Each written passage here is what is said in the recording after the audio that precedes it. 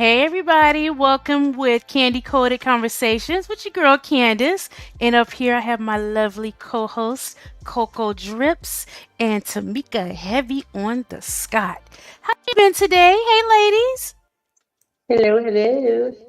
How has it been going? How's the day been going for you, Tamika? Let's do a little check-in. I'm Look, okay. How's you how's your ladies? mental health today? How's your mental health today? This I'm fine okay. Wednesday. Hi chat. Hey everybody. Hey, Coco, how you doing today? How's your mental health today? Look, we need to start asking these type of questions and to where it's not odd. You know what I'm saying? How you doing today? Yeah. Are you feeling good? Hey, everybody. Tita, you got some echo and something going on. You hear that? Not anymore. Okay, yeah, I hear. I still hear the echo. Y'all Ooh. had echo now. It's Do you only have when you something get else to. planned? No. Mm. Let me drop and come back. Yeah, come back. Yeah. I'm doing great today. It has been a busy work day, but you know what? My mental health is feeling great today. I'm in good spirits. It's nice to do a little, be able to say that. Everybody can't. Welcome to the stage, Shay. Hey, how are you doing today? Let me ask you, how's your mental health today? That's for you, Shay. Hold on, wait a minute, Ken. You connected to the loudspeakers. Let's take off the loudspeakers so everybody can't hear you. Who's connected to the live speaker? You. What? What are you talking about? My mental health is better today. Good. Look, I heard you was having a little rant the other day, but you good today? I'm great. I'm good. Yeah, I'm doing a Look, lot it better. happens. That's right. I'm glad. Okay, Tita, you okay now? Let me see. Let me see. Hey Check, check. Tita. 1, 2, 1, 3. Hey. Ooh, no, it's still there. It's still there. Really? That echo is bad. Man, this phone gotta go, Ooh, y'all. yeah. Yeah, I Okay. gotta I gotta mute you up, Tita. All right, I'm in the chat. Okay, so now let's say hello to everybody else. Look, we doing a mental health check-in. Put it in the chat too. Look, I'm asking how's your mental health today because we're gonna get in. Today's a deep little topic, serious topic. Of course, we're gonna go through, see what's happening in social media before we get started. Give everybody a chance. But before we do that, once again, welcome everyone to Candy Coated Conversations. So happy to have you guys here. Let's see. You ladies are up here, so let's say hi. Hey, Daniel Berry Sports Highlights. You guys check out Daniel Berry Sports Highlights. He did. If you are a fan of sports, you definitely want to check him out. Look, I checked him out. He got lots of clips. If you were a sports fan, I'm not quite sure if he only does certain teams, but check him out because if you are a sports fan, you definitely want to check his channel out. Hey, Miss Fit and Thick, look, come on up and join the conversation whenever you get ready. Hey, Star Olivia. Hey, Babs. Hey, Trini. Let's see. Hey, Toya. Uh-oh. Let's see. Let's see. Trini said, my mental health hasn't been healthying. Unfortunately, oh my goodness, postpartum depression has entered the chat for me. Oh, Trini, I'm so glad. I'm so sorry you're going through that, but it does happen. Reach out to people, talk to people. And look, even we're gonna try to get you through it in our small way. Checking in with you and seeing how you're doing. Okay. So, hello to everyone. Let me do a little PSAs, you guys. Once again, we have the website up, CandyCoatedConversations.com. Go visit it. If you are a channel member, please click the members post on the community tab because there you will find the link to our private member site. So, go in there, click the link, sign up for your account because like I said, I'm only going to leave it public for the next week just to make it easy for everyone to go on in there and sign up if you are a channel member. So make sure you do that because it may be a little of course, you can get in at any time. There just may be a little slight delay with me sending the link back and forth, things like that, because that is not going to stay public at all. It's private, okay? So everybody can feel free to chat and say what they need to say. Like I said before, it's going to be heavily monitored, So, we don't want no mess over there, just to be straight up about it, okay? So, once again, hello, ladies. What's been going on in Hello, social media? beautifuls. Yeah, look, I'm gonna start by this. I think social media has been dry, but let me tell you what got me hyped up. I'm gonna tell you, I'm gonna be straight up what got me hyped up. Was What? Faith Last getting out of night, jail? no, What not happened at last all. night? Girl, last night when I heard that diss track that Kendrick Lamar put out when he responded to Drake, he Yes, came girl. and brought all the smoke. I tried to get Banger to do a breakdown, but Banger, I don't listen to them. I don't know what's My going mouth on. just But dry. ooh, Are you serious? you didn't hear it? No, but It's I'm about to as soon as I pull up to my house. uh, Ooh, I mean, he wanted all, like he ate and left no crumb. Look at Toya. He ate and left no crumbs. Not a not sliver of a one. slice of a crumb. Like he addressed everything about this man. Like literally in the song, I hate this about he oh God. I was in shock. I was shocked, y'all. We may have to Mm. play it on the Twitch. We may have to even make a pit stop at the Twitch because it was so like that's the only thing that had me going today is listening to that. I don't know how many times I I need watched to it just last read the night. lyrics. You gotta go and read the look. As a matter of fact, we might do that. I can't play the song, but I can pull No, up but the you can read the lyrics. lyrics. There, look, we're gonna start with that. We're gonna start with that because this situation right here is getting hectic. It's getting hectic, y'all. And you know that Drake dropped the initial diss track where he used the AI with Tupac. Evidently, Tupac's estate is suing Drake now for using uh uh AI Tupac and the whole 9 yards. It is getting crazy. But I could not believe that Kendrick came. I mean, he, y'all, it was so good. It was so good. For It was real. so good. I agree Um, with you. he Yes, he did like three beat changes, so he rapped over three different beats to it, and the whole night it was so good, y'all. So look, I'm gonna share these lyrics. Look, okay, yeah, we that was a good look. We about to get into these lyrics. That's what we starting with today because we do have a guest here. Like I said, this is gonna be a deep show, but we're gonna start give everybody an opportunity to come on in, and then we're also waiting on our guest Marla Thomas. Okay, so she will be Oh, here Miss shortly. Marla's coming today. Yes. Yep. So we're So gonna let me talk tell you. about this a Let little me. bit. Why you? Go Oh, ahead. you pulled it up already. I was getting ready to tell y'all No, about no, my go mental ahead. health. Oh, So tell us about it. I took my daughter to dance today, right? Mhm. And when she comes out, she was like, "Oh, hold on, I gotta go back in because Miss Chanel, that's the director, said she printing out some paperwork for me." And I'm like, "Oh shit, here we go. They Mhm. want some more money, girl." I don't get to looking in this damn packet, Mhm. and I done paid like her fees end up coming to 3,500 Oh and my some dollars, God. right? Mhm.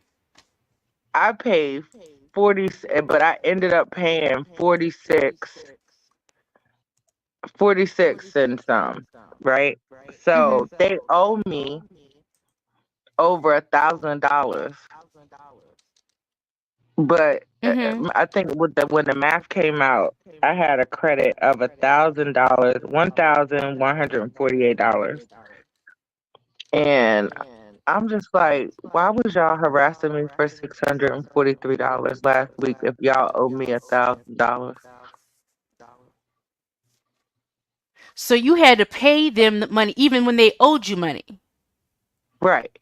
They like I Ugh. didn't get this update until today, but they was harassing me for my last like spring company fee, which was supposed to be $643. So I paid that on Friday or Saturday. Mhm. And then they gave me this paperwork today that showed me that they owe me over $1,000. Oh, wow. So are they going to Right. give you a problem about giving your money back? Because look, that definitely would mess with my mental health for the day. Are they going to give you your money back They're not planning on giving it back. They're using it as credit on her account for as next a credit? season. Yeah. But did you want that? I mean, you know what? It puts me ahead instead of being behind next year. So, I mean, I'm gonna have to end up giving them the money anyway. So, but what I'm gonna tell them Well, they should do better next year is to do this tally that they did after the season, mid mhm. season. So if we're Right. already ahead, you know what I mean, we'll know that and won't have stuff such a hefty credit because I can think of a lot of things that I could do with $1,100 right now. Right. Wait, Candy, you Right. got your mic open? When Coco was Is my talking, mic open? we're like all Yeah, echo. is it? All three of us are echoing. Oh boy. Well, I'll try to just remember to mute I'm when muting I'm not mine now. talking. Okay. So let's go over some of these lyrics, you guys. We are waiting on Marla, but you know we going over topics and stuff like that. So this right here is some of the lyrics. It says, he's starting about how I make music that electrify him. You make music that pacify him.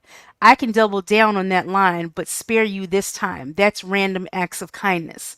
Know you a master manipulator and a habitual liar too. But don't tell no lie about me, and I won't tell truths about you. Somebody had told me that you got a ring. On God, I'm ready to double the wage. I'd rather do that than let a comedian ninja make Pac turn in his grave. It's always been about love and hate. Now let me say I'm the biggest hater.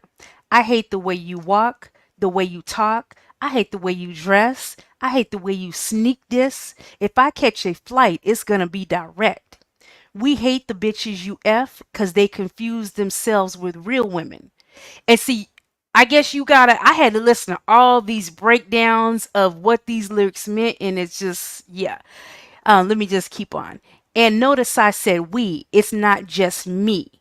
I'm what the culture feeling. I even hate when you say the word ninja, but that's just me, I guess. Some ish just cringeworthy. You ain't even gotta be diva, I guess. Let me see. Okay. I thought somebody came up. Okay. He says, why would I call around trying to get dirt on ninjas? Y'all think all of my life is rap? That's ho-ish. I got a son to raise, but I can see you know nothing about that. I'm battling ghost or AI. Ninja feeling like Joel Osteen. Funny, he was in a film called AI, and my sixth sense telling me to off him. Y'all remember that movie Sixth Sense? He got all kind of bars and everything in here. He said, "We don't want to hear you say ninja no more. We don't want to hear you say ninja no more. Stop." But this this is not all the lyrics. Where is it looks like they just put a few up. This is it's so good, y'all. It's so good. I wish I could click that button and play it right now. But this video has like in a day million like the last I looked it was over 7 million views. Um Comments were crazy, the whole 9 yards. So yeah, it was real good. It was very entertaining. Hey Venus, hey silent supporter. Let me see who else did I mix in here. I think I'm caught up. Okay, and now let's see what's going on in social media. It's pretty dry, y'all. It is pretty dry. I will say that. Let's see. Let me go up here. I haven't even shared the tab yet, so I'm just getting it ready. See what's going on. Who did I hear come up here? I'm just hearing clips. So once again, there's not too much going on today, you guys. It says, let me see here. Let me let y'all see.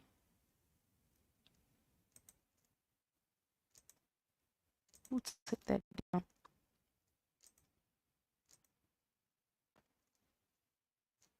Okay. So who is this? Oh, we don't care about that. DeVito saying happy birthday to his woman. So this is interesting, and I believe Tita sent me this earlier. I thought this was very odd. Do you guys recall seeing this guy? You know, he did a whole interview about basically being a pervert with the kids, with the Disney and everything like that. Now, I guess you don't like that title of a pedophile. You know, because now it says Dan Schneider is fighting back against Quiet on the Set investigation discoveries explosive limited series that promise to delve into the toxic and dangerous culture behind some of the most iconic kids television shows of the late uh, 1990s and early 2000s. So it says that, you know, basically, um, he says that the series was a hit job that destroyed his legacy and reputation. But you were shown on, I was so confused by this because you were shown on there talking about your participation in everything. So, how was that a smear campaign when basically you acknowledge all the negative and bad things and the perverted things that used to take place? I don't know how you call that a smear campaign when I can see you talking. That's a little odd.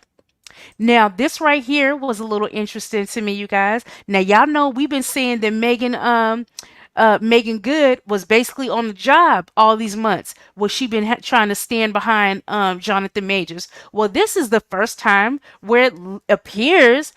Look, I don't know if it's a PR stunt. Look, did y'all call the cameras there? Did y'all call people? We're gonna be at the beach, be there, so y'all can catch some pictures of us. But I will say, if it's genuine, this is the first time that I've seen them laughing and smiling and enjoying each other's company in public, aside from them just looking somber and attending the trial. I think that's what had people thinking that it was really kind of fake because, it was very convenient how she just suddenly appeared. But then, it seemed like she was on the job. Like, okay, this is a PR stunt. But when I looked at the pictures, they seem to be having a good time. So they're on the beach. Look, they out, in the water, having a good time. But, who called them? Here they are. They having a nice little time. Y'all know Megan enjoying their body though. I mean, I know a lot of people be talking about how he looked, but we can't deny the body now. Look, and look at him looking. He can't deny her body either. Looking at this.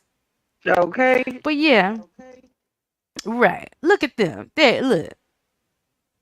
Okay. Somebody in the comments say they look like they definitely in the gym, drinking water, and definitely minding their own business. So we have to see because remember the latest thing that we reported is that uh the young lady was now trying to sue him for, to get some money. Of course, everybody wants to get paid. So we got to see, get an update on that. So here's a little something from Coy.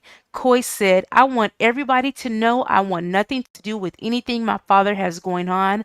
I haven't spoken to him in over a year, and I don't condone or respect any of them interviews he got going on. I don't respect his decisions, and I really want nothing to do with him. Please don't even think of me when you see him. That makes me sad. It says, sharing the same DNA and blood doesn't make us family. Loyalty, boundaries, respect, teaching, guidance, love, patience, encouragement makes us family. Keep me away from people who try to get their look back, please, and thank you. Hmm. She said, I can't wait to have a kid one day. I can't wait to look her or him in the eye and tell him how much I love them. Okay, what is he saying here that has her so? Yes. I know that Elvis, a lot of them was 14, 15. I know Nick with young girls to keep it 100, right? I'm not into that. Again, the legal age is 16 years old. So does that make it right if it does it? Yes or no? To everybody on the table. Does that make it right? No. If it's legal, does it make it right if it dates a 16-year-old? Makes it very wrong. I Ladies? don't agree. No, it's gross. All right. So, but it's legal in America. Right. So why the is R. Kelly doing all this time? And because you know why? Because they're 14 and 2 years younger. But you don't think that the ones that you don't think that the people you don't think that the people who cleared it for 16 years old didn't know that they're with 13 and 14s too. Right. Like even to make a age that young to be the law, you already know they're going under that. Right. I'm not condoning Nick with little girls. It's sick. Right. All right. It's sick. It's sick. I agree. But I don't think R. Kelly should write. Do you think we should give R. Kelly a second chance? Everybody deserves a second chance. I know that Elvis, a lot of them was 14, 15. I know Nick with young girls. What do y'all think about what he was saying? I don't think he clearly said he wasn't condoning it. What I'm hearing is that basically they should have made the law a little bit more expansive because they knew, a couple years didn't really make a difference to these men who are seeking women that are that young to be in relationships. Hey, Queens Talk. And I think I said hi to Venus. If I didn't, let me say it again. Hey, Venus. So, I don't know. What do you guys think about what he said? Do you think that that's because quite honestly, Coy and Benzino have been going back and forth off and on. They talking.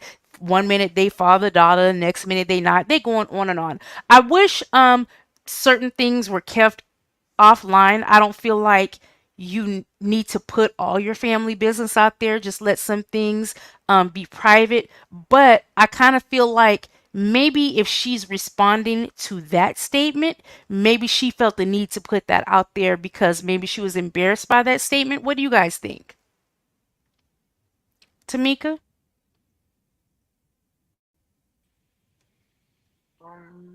You could go to the next person.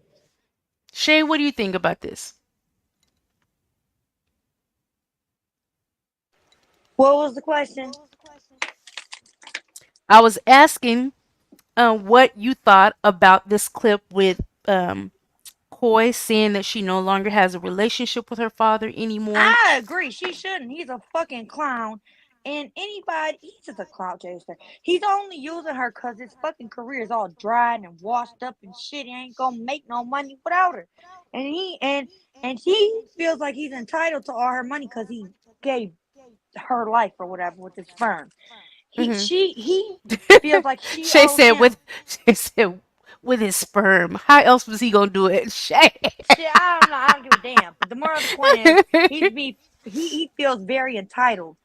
Like that's like my daughter being a lawyer, and I feel like you should be my lawyer because you're my daughter, and it shouldn't be paid for.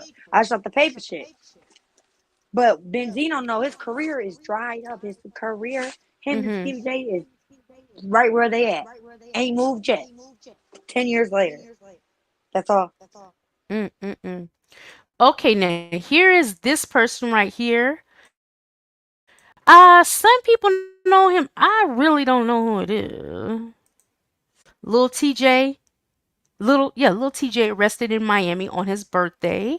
According to documents obtained by the Shade Room, rapper Lil TJ, also known as T, on Tuesday by U.S. Customs and Border Protection officers as he tried to board a flight at Miami Opelika Airport. He was then led to a waiting law enforcement car and driven away. It says Miami-Dade County arrest records reveal he was seemingly arrested in connection to a warrant. If y'all remember, TJ was charged with criminal possession of a weapon for the imitation pistol, reckless endangerment for displaying the prop gun, and obstructing governmental administration following a run-in with NYPD last year.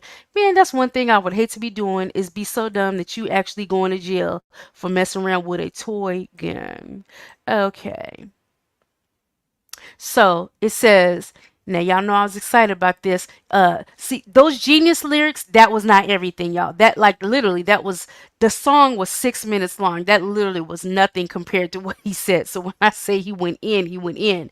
And look, Lil Yachty caught a stray too. It says, so Lil Yachty responds after liking a tweet about Kendrick Lamar. He tried to say the ish was an accident. So yeah. Let me see if they made it bigger. So who was raising your child while you were out cheating on your wife with white women? Oh, at Kendrick Lamar. Oh, wow. So this is y'all things is getting nasty. So this is what he said. So that's what little Yachty liked that now he's trying to say it was an accident. Yeah, that was not an accident. Somebody too late, buddy. Okay, let's see. This is a nice one, and then I think we're gonna jump into our topic, you guys. So it says, ooh, there we go. So it says Vanessa Bryant pins a sweet message for daughter Gianna on her 18th birthday, and you guys, the whole thing was so sad. She passed with her father, as we all know, and she would have been 18 years old.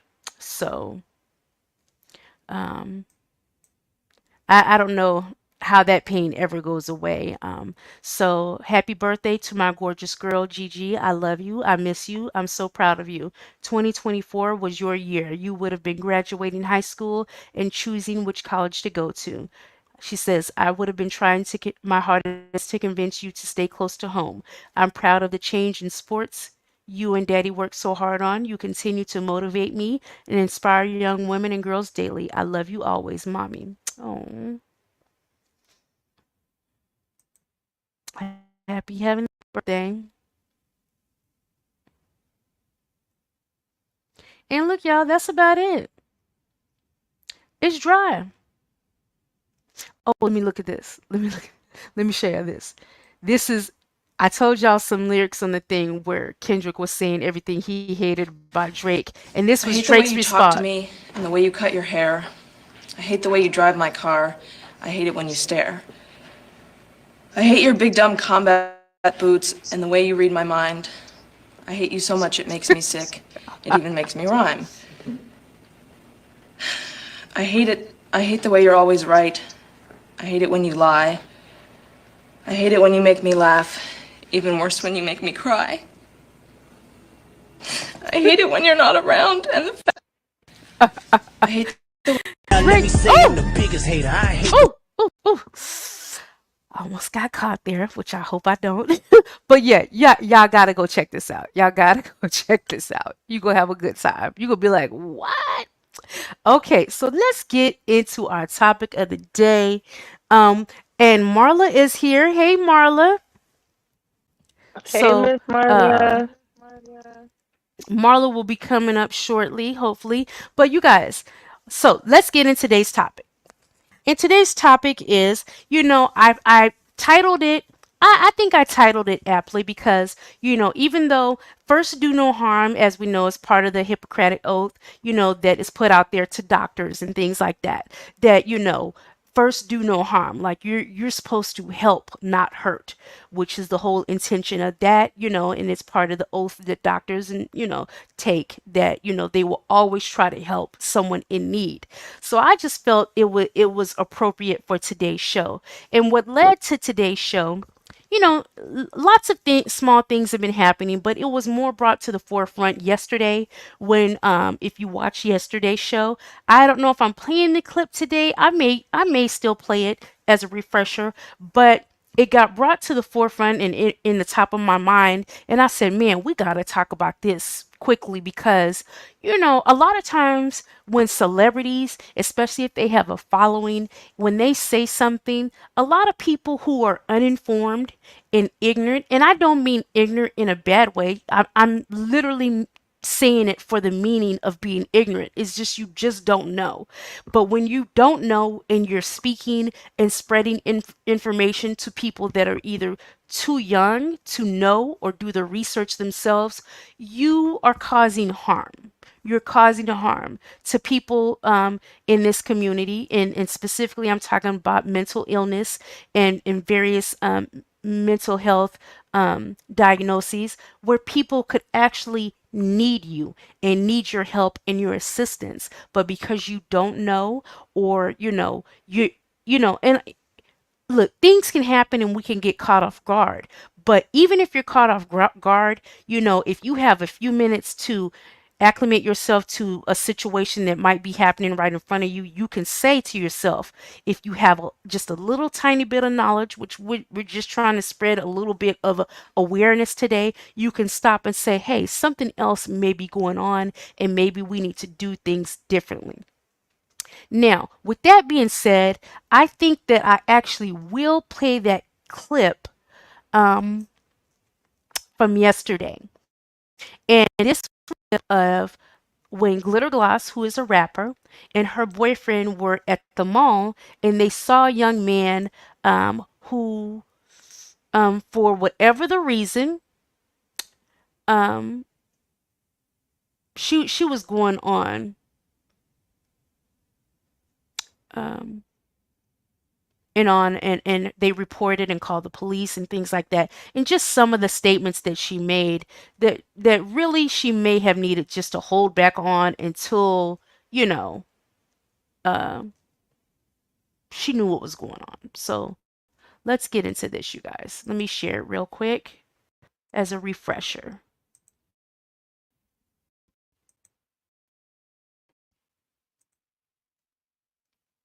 Okay, here we go.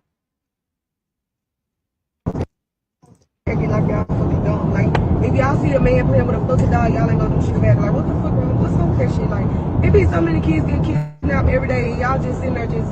And it's crazy because when the shit happened, and my boyfriend, the ones actually went and got help, told somebody, the parents was like, oh, I seen them too. Why the fuck didn't nobody do shit about it? Like, what type of shit is y'all on? Y'all just sitting here letting this nigga record kids kissing on the fucking dog. He just pulling the dog on her and shit. Like, as soon as I seen it, I looked at my boyfriend. I'm like, you see this shit? All this shit going on, and ain't nobody. Y'all just sitting there and continuing letting y'all kids sit there and play. And if he would have took somebody's child, why is y'all acting like y'all fucking slow? Then y'all talking about that autistic shit. Autistic people are the smart as fuck. They're smarter than normal people. That's not a fucking excuse. You not like.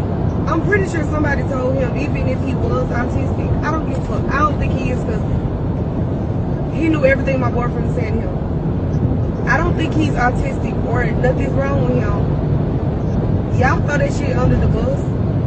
And what I'm trying to say, y'all throw that shit under the bus, and that's when shit start happening. And y'all ain't gonna feel it until something happens to somebody around you. Y'all, when I said he was just sitting up there kissing on the fucking dog, rubbing the dog, like, you don't even do that type of shit around the other kids. Like, that shit, no, y'all acting slow as fuck. Okay. So now in this instance, you guys, basically she's saying that her and her boyfriend were at a mall.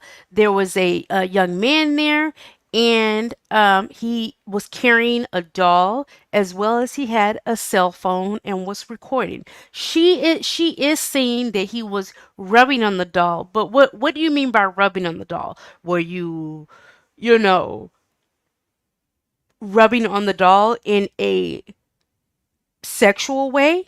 Or did you make it that way? Do you understand what I'm saying? Because sometimes people can see something, you know, and they put their first mind on it, or their intention, or what they think is going on, and sometimes it's not necessarily going on. Now, let me start by saying this also.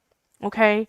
I don't think she was wrong with her intention, because her intention was she was in protection mode, basically, of all the children that were around and witnessing this, and she thought that it was wrong and that he shouldn't be doing it. But my thing is, and then for this, I mean, autistic people are smart. not all autistic people are smart intellectually. That's false information that you're putting on, you know, and is not necessarily true for everyone who is experiencing autism. Autism is so varied and it varies from every individual. You know, there are different levels of it. Uh, the things that one person with autism are able to accomplish and live life, a full life and things like that and experience and do a lot of things, the next person may not be able to do. I I can, from a personal point of view, I know that it's so varying. I mean, I used to work with a little autistic boy, and I swear to God, I helped him actually get his learner's permit. Hey, Marla, why are you in the chat? You can't get up right now? But anyways, I worked with a little young man that was autistic, and I swear I took this young man to the DMB about 50, 60 times because I was going to help him get his learner's permit so that he could drive one day. And look, we found, ooh, if y'all knew how, when I tell you, I really don't think I'm exaggerating with how many times. Like literally, the DMV was like a field trip because it took him that many times to pass his test so that he could get his learner's permit. But he was so proud when he got it. But it varies, and things like that. But this just goes to a wider discussion. Ooh, StreamYard won't let you be great. Honestly, I don't know what to I do. will drop down and let's see if she can get up here. Yeah, Cause well, I got that something to shouldn't do. be an issue. Okay, I'm yeah, but that okay. shouldn't be an issue. So hopefully we get it worked out where Marla can come on up. Okay, But so if I go down, y'all see if it'll let her up. Okay, I'll be in the okay, comments anyways. yeah, yeah, go ahead. All right, bye. So what I just don't want is for misinformation to be spread like that because it was concerning when we just touched on it for a few minutes. Hey, Voracious, we just touched on it for a few minutes yesterday, while we were waiting to go to our main topic of the day. But we had Anzeria up here. We had people in the chat that have children and young men that are autistic, and that kind of hurt my heart to hear mothers say that this is the reason why I don't let my son go out by himself because my son does that, or my son has a phone and he records things that he finds interesting. There's nothing malicious going on or sexual in nature going on. He's recording trains and buses and things of that nature where we really don't know. It could have been just a very innocent situation. I'm not saying that that particular situation was. We don't know. But what I'm saying is it could have been. And that's where the issue lies, is because you could be putting a perfectly innocent person in harm's way because you're either not assessing the situation correctly to make sure, okay, let me see, and what is he doing with his doll? Just because he touches the doll, how is he touching the doll? Just because you see something that you don't like personally and that you don't think should be done, or that I don't think it's appropriate for a man to be walking around with a doll anyways. Like, we don't know if that really was her issue. Some people really, really don't like that. They don't like their sons playing with dolls. They think boys need to be with trucks. They don't want girls playing with things that they deem as masculine. So it just can be a larger situation. And then when you factor in the police, that's where it really gets sticky. And that's where I feel like we all need to be, as a collective, making sure that you're aware of things, that you're, at least trying to assess a situation properly before you get the police involved. Because you literally could be costing someone their life. So, let's get into a few things here, right? Some stories that I want us to get into because this is a situation. People really are losing their life, mentally ill people. So I want to give some facts on that. And let me share my screen here. Oh, I don't know what that is. Click the wrong thing.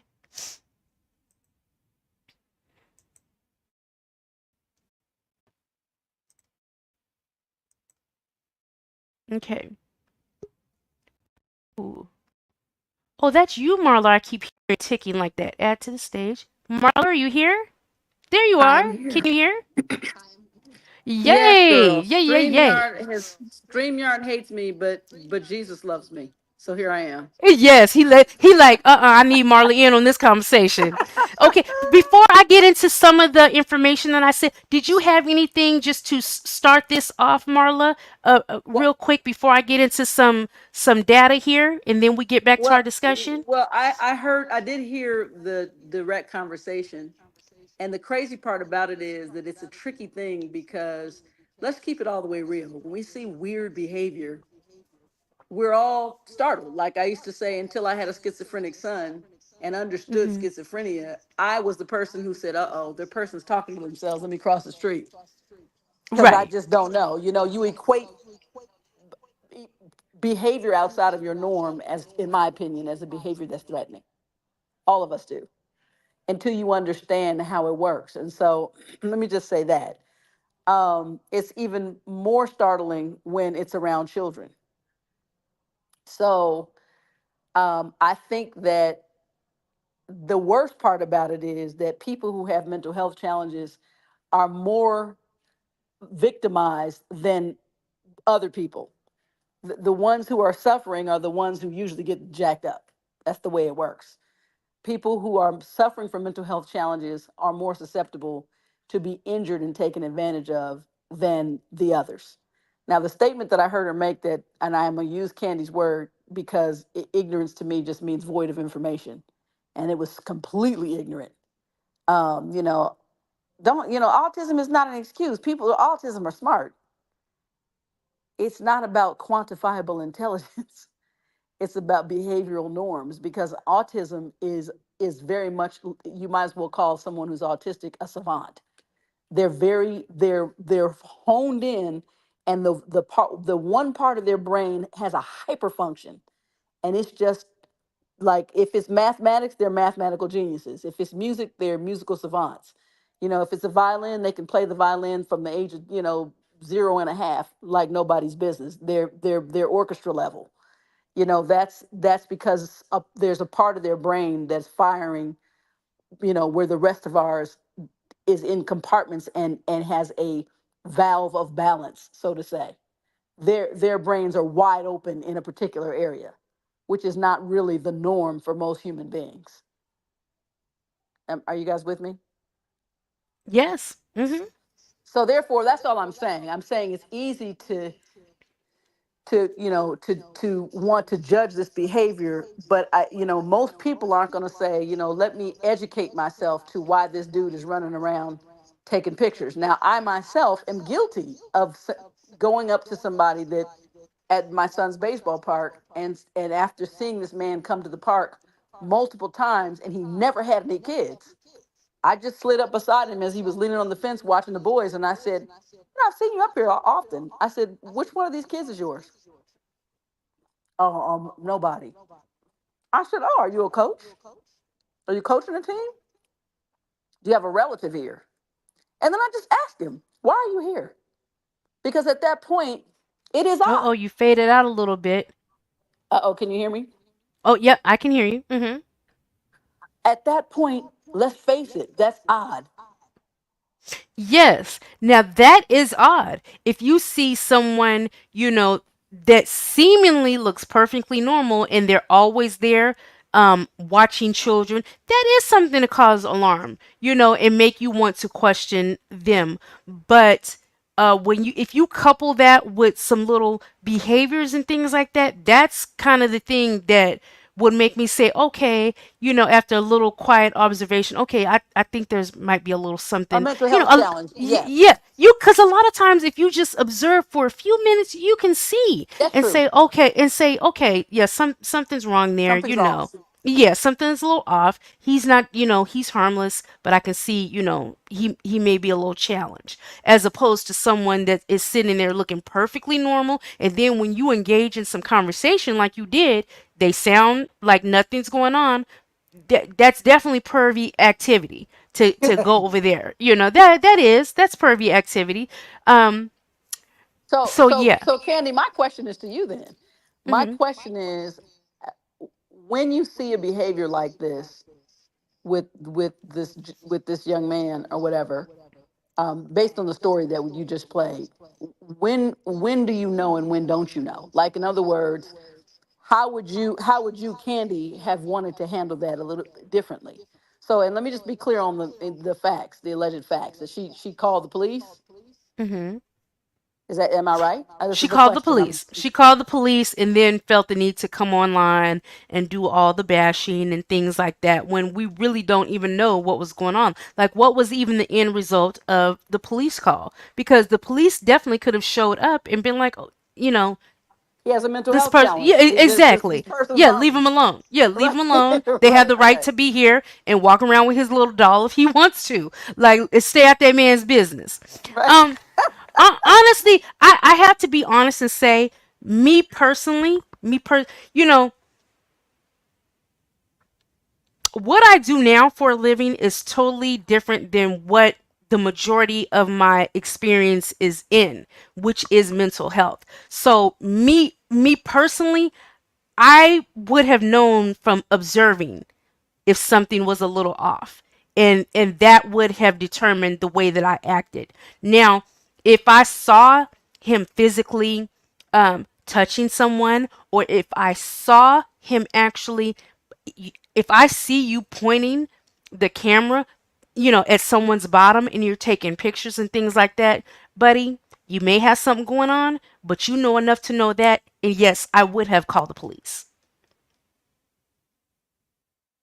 And we'll see. And but I would have said my observation. I think something could possibly be going on with him. You Right, know, I right. would have said all of that. Because my thing is, I would not have wanted to put that person in a bad situation in regard to the police if I was wrong. So I definitely would have said, hey, I think something may be going on with him, but he is still doing this and I see him, but just because you have a camera and you're taking pictures, that is not my business. But if I see you pointedly concentrating on the area and your camera's pointed down, that's totally different. So, hey, Angel, so I definitely would have stepped in that way, but I just have enough experience in things like that and training. I would have been able to spot something like that. So I think that Expect. a good that's is a great conversation, because the Hmm. conversation is, you have a deep experience with mental health. I have a deep experiential life with mental health. How would we? What can we say that we would? How would we like to see someone handle this guy? And when does it become a warning sign? And and most definitely, to take this story offline online now, where I think that she's foul, is you're not a hero, bruh. Yeah, you're not a hero You're not a because you hero. came So on so speaking facts right, that you don't know, right. and then in the process of you trying to expose this man, you're putting out fallacies False about. information about mental Exactly. health. Yeah. Exactly. That's a huge problem, and you should Hmm. not do that. I mean, You're it stoking fear. yeah, exactly. Fear and confusion based on ignorance is what you're doing. Yep. And you're making it seem like everyone that experiences autism is a pervert or a sexual predator. And that's not right either. And that's not. So we come back to educating yourself, and you, which the education and to erase the ignorance is what diminishes the fear. I'm no longer afraid when I have an understanding. I'm afraid when Exactly. I'm blind and I'm ignorant And you don't know. and you don't know. And so the reality is, you know, two things. Number one, she gets a strike because she brought the story online, and she brought it online the way she did. I would have Mhm. appreciated that if you do want to take this online, hey, I there's someone who was suffering with a mental health challenge. I thought they may have been a threat. Unfortunately, we called the police, and please let me rectify my mistake. That's what, to me, that's a good thing to do, to be able to say, I learned something.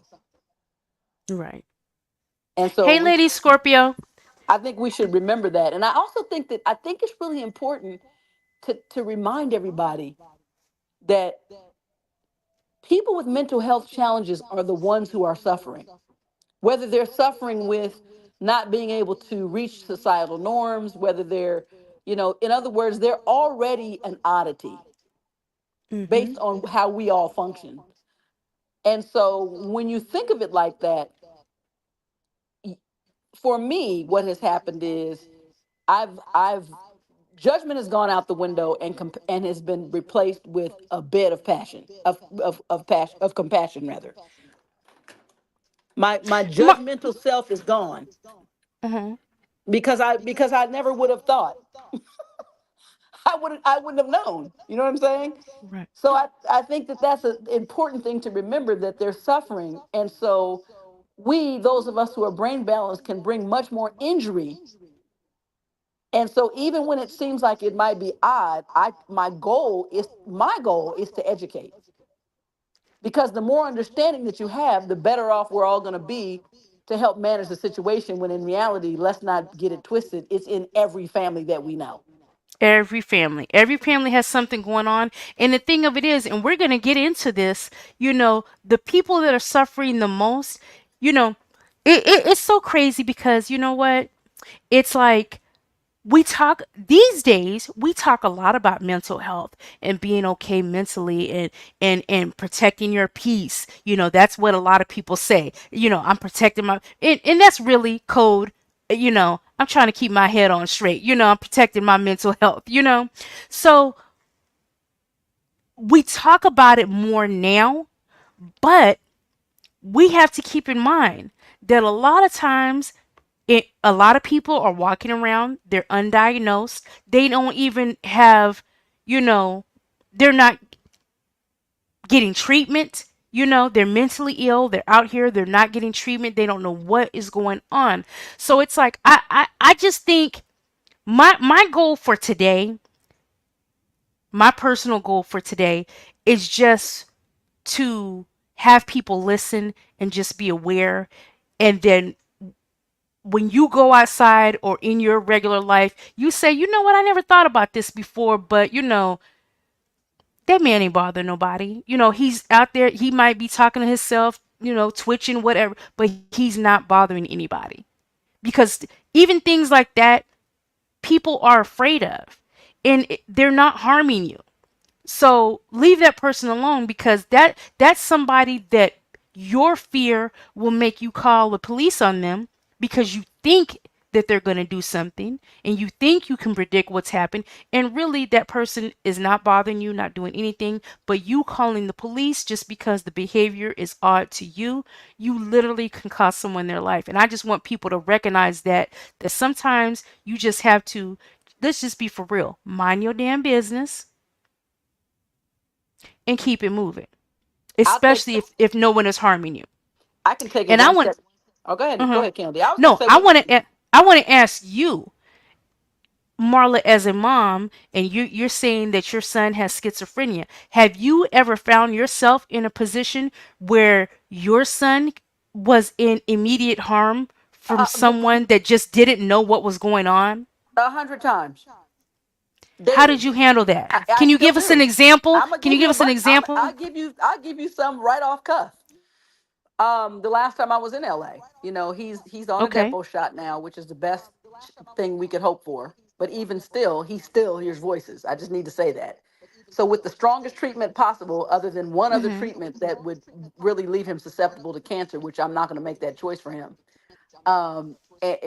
There's nothing that we have found, and we have gone to the mat, that will remove that will kill his voices. that will completely shut them down. All right, I need to say that because it's important. Because people always think, what are you doing? And you dogs aren't trying hard enough. And why don't you commit him? And I need to answer all that because all of that is bullshit. Okay.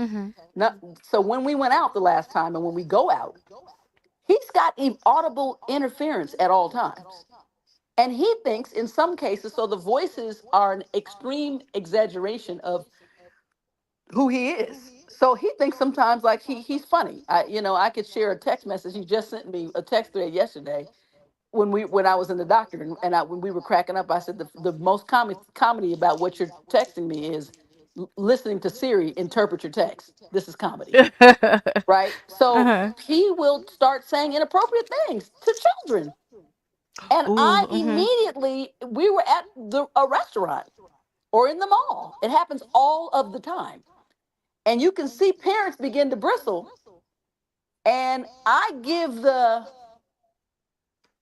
before, so for example, before I sit down at a bar, at Cheesecake Factory or wherever, I'll say, oh, my son's going to be sitting to my right. He's got schizophrenia. And I announce it because his behavior gets bizarre, and it has worked 1,000% of the time.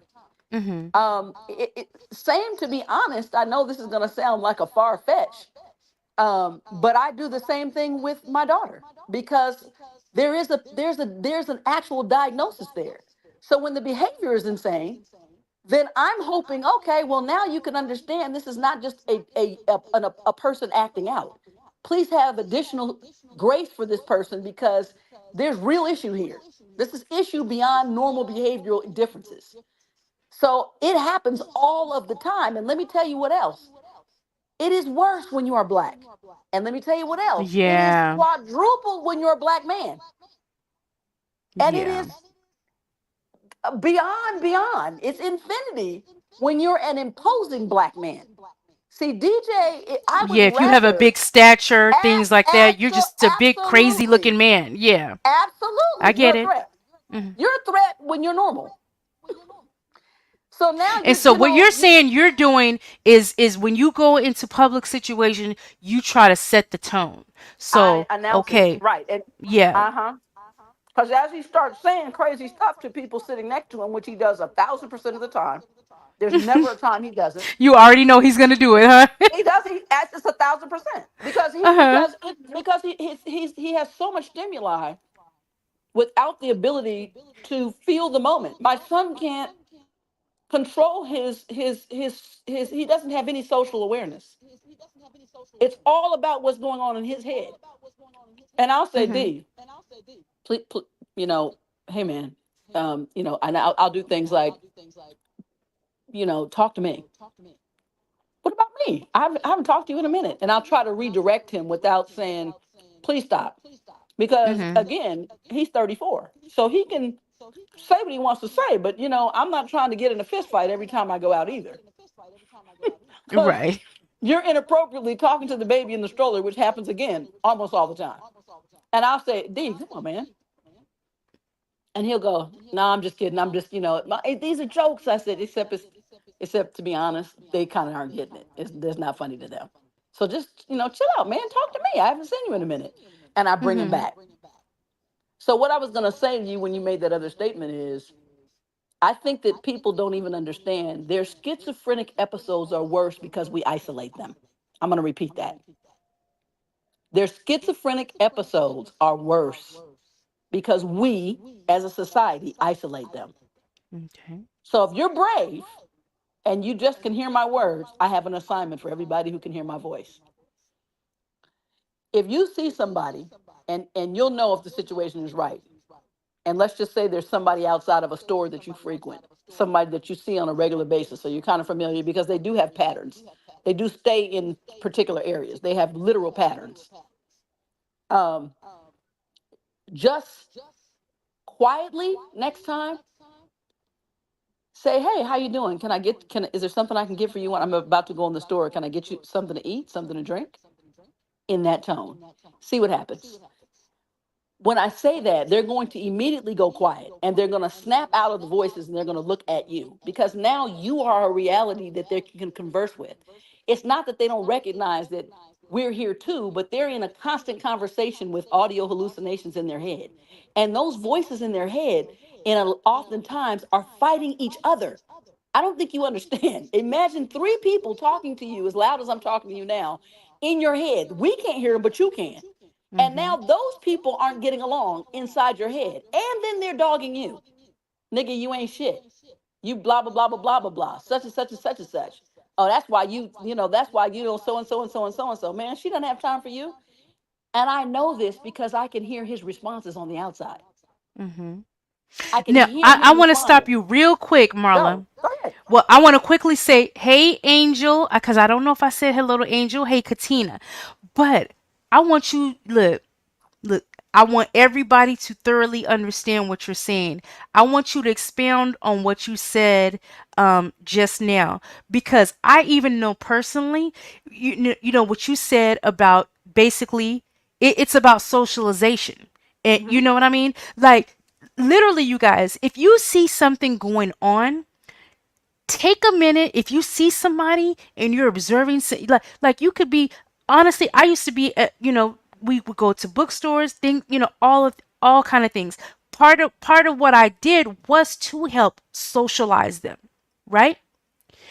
But even if you see something odd, you guys, take a look around, because there are times where you could be like, oh God, what should I do? And that person that you're observing could be being escorted by someone like me, right? That's what I would do. But I'm standing quietly in the background because I want this person to get some socialization and independence and things like that. So if you see something odd going on, you may be having a heart attack, but you don't, it could be perfectly fine what they're doing, and you never know, they could be escorted by someone. Like my guy, or people, I've worked one on one with, you know, schizophrenia, young lady, she's not here by herself, but I'm not standing next to her because I'm trying to, you know, normalize her, so to speak. And She because encourage her encourage her independence. Yeah. independence. Exactly.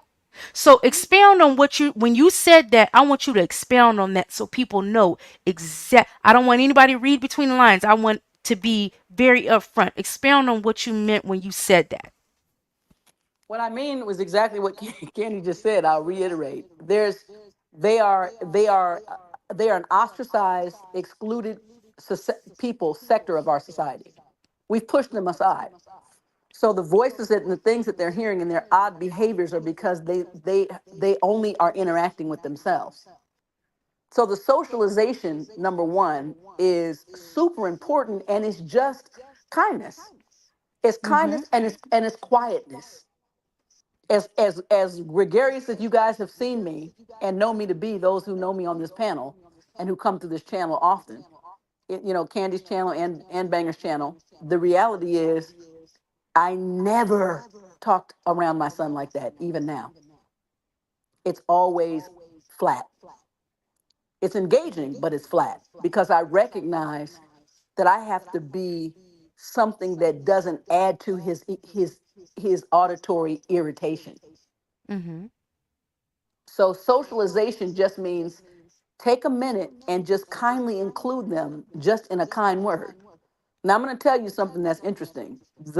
There's about four young men in my neighborhood that I used to live in Woodland Hills when I'm in LA. That's where I was, and I know these young men by name. And one of them is also a celebrity relative, and Mhm. he went to school with my son, and he is also fully schizophrenic. Probably worse off than my friend because he now feels like he's supposed to. He chooses to live on the street. But whenever I see him, I'll stop and I said, "Hey, Darius, how are you today?" Oh, hey, he'll stop picking his head. Hey, Marla, hey, you dressed up? And I was like, yeah, man, I got to go out here and show a house, but I'm about to walk in the store and pay for my gas. Can I get you something? Yeah. Can you get me? Oh, hey, Robert. Sorry. Can you get me? a Gatorade or whatever it was. Now, I get him the snacks. He asked me for a sandwich and he asked me for a Gatorade. I get it for him and I leave. I come back a week and a half later. He's sitting outside the same convenience store, the same gas station. And I said, "Hey, Darius, how you doing?" He stopped talking to himself. He looked at me and he said, hey, Marla, so what's up? Did you sell that house? And I was like, wait, what? Yeah, because Literally, sometimes you don't even know that they no, know actually what you're talking that's about what I'm or trying to that they're tell paying you. attention. The fact that, and this is the thing, we discard them on that way. Like your back brain is telling you, your subconscious is saying, this dude is crazy. He spends 5 minutes if I'll talk to him trying to convince me to be homeless.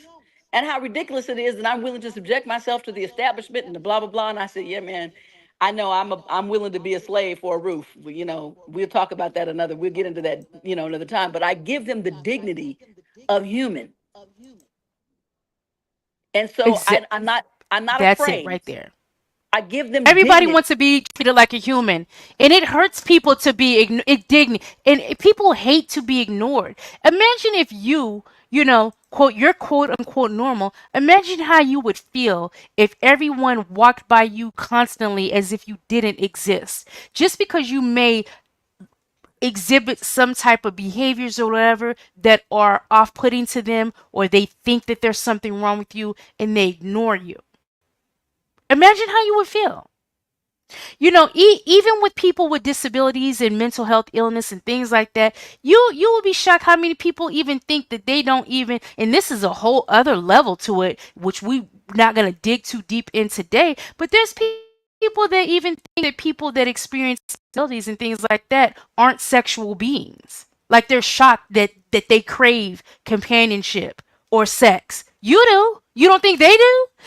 There's so much to it that it's just yeah. It's crazy that people It's can dehumanize another person to like they're not even a human being. And I'm gonna add this to this, and this is gonna one more thing to blow your mind today. This is even deeper.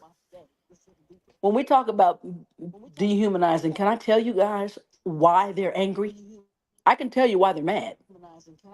They're angry because in their mind, that is a reality that really exists for them, right?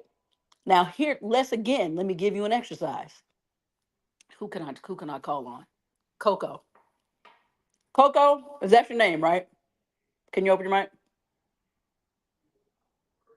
Is Coco here? All right. Tamika.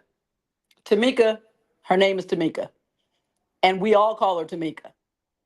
And all of a sudden, right now, Candy, everybody in the chat, everybody who starts calling her Susan.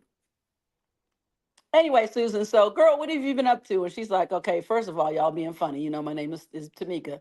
You can joke, call me heavy on the sky. What are you talking about? And Right. her Who is family, Susan? right. Then her family starts doing it. Right. And so what I'm saying to Mhm. you is, do you know how frustrating it is that I'm experiencing a reality that nobody around me can validate? You take for granted that we all agree that when we come to a red light, what do? We stop. Because that's a reality. That's what I call consensus norm. We consent in this normal world that these are the rules of the road.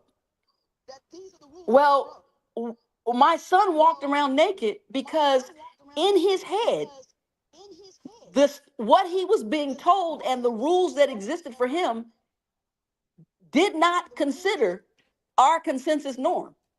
So he's confused as to why he went to jail.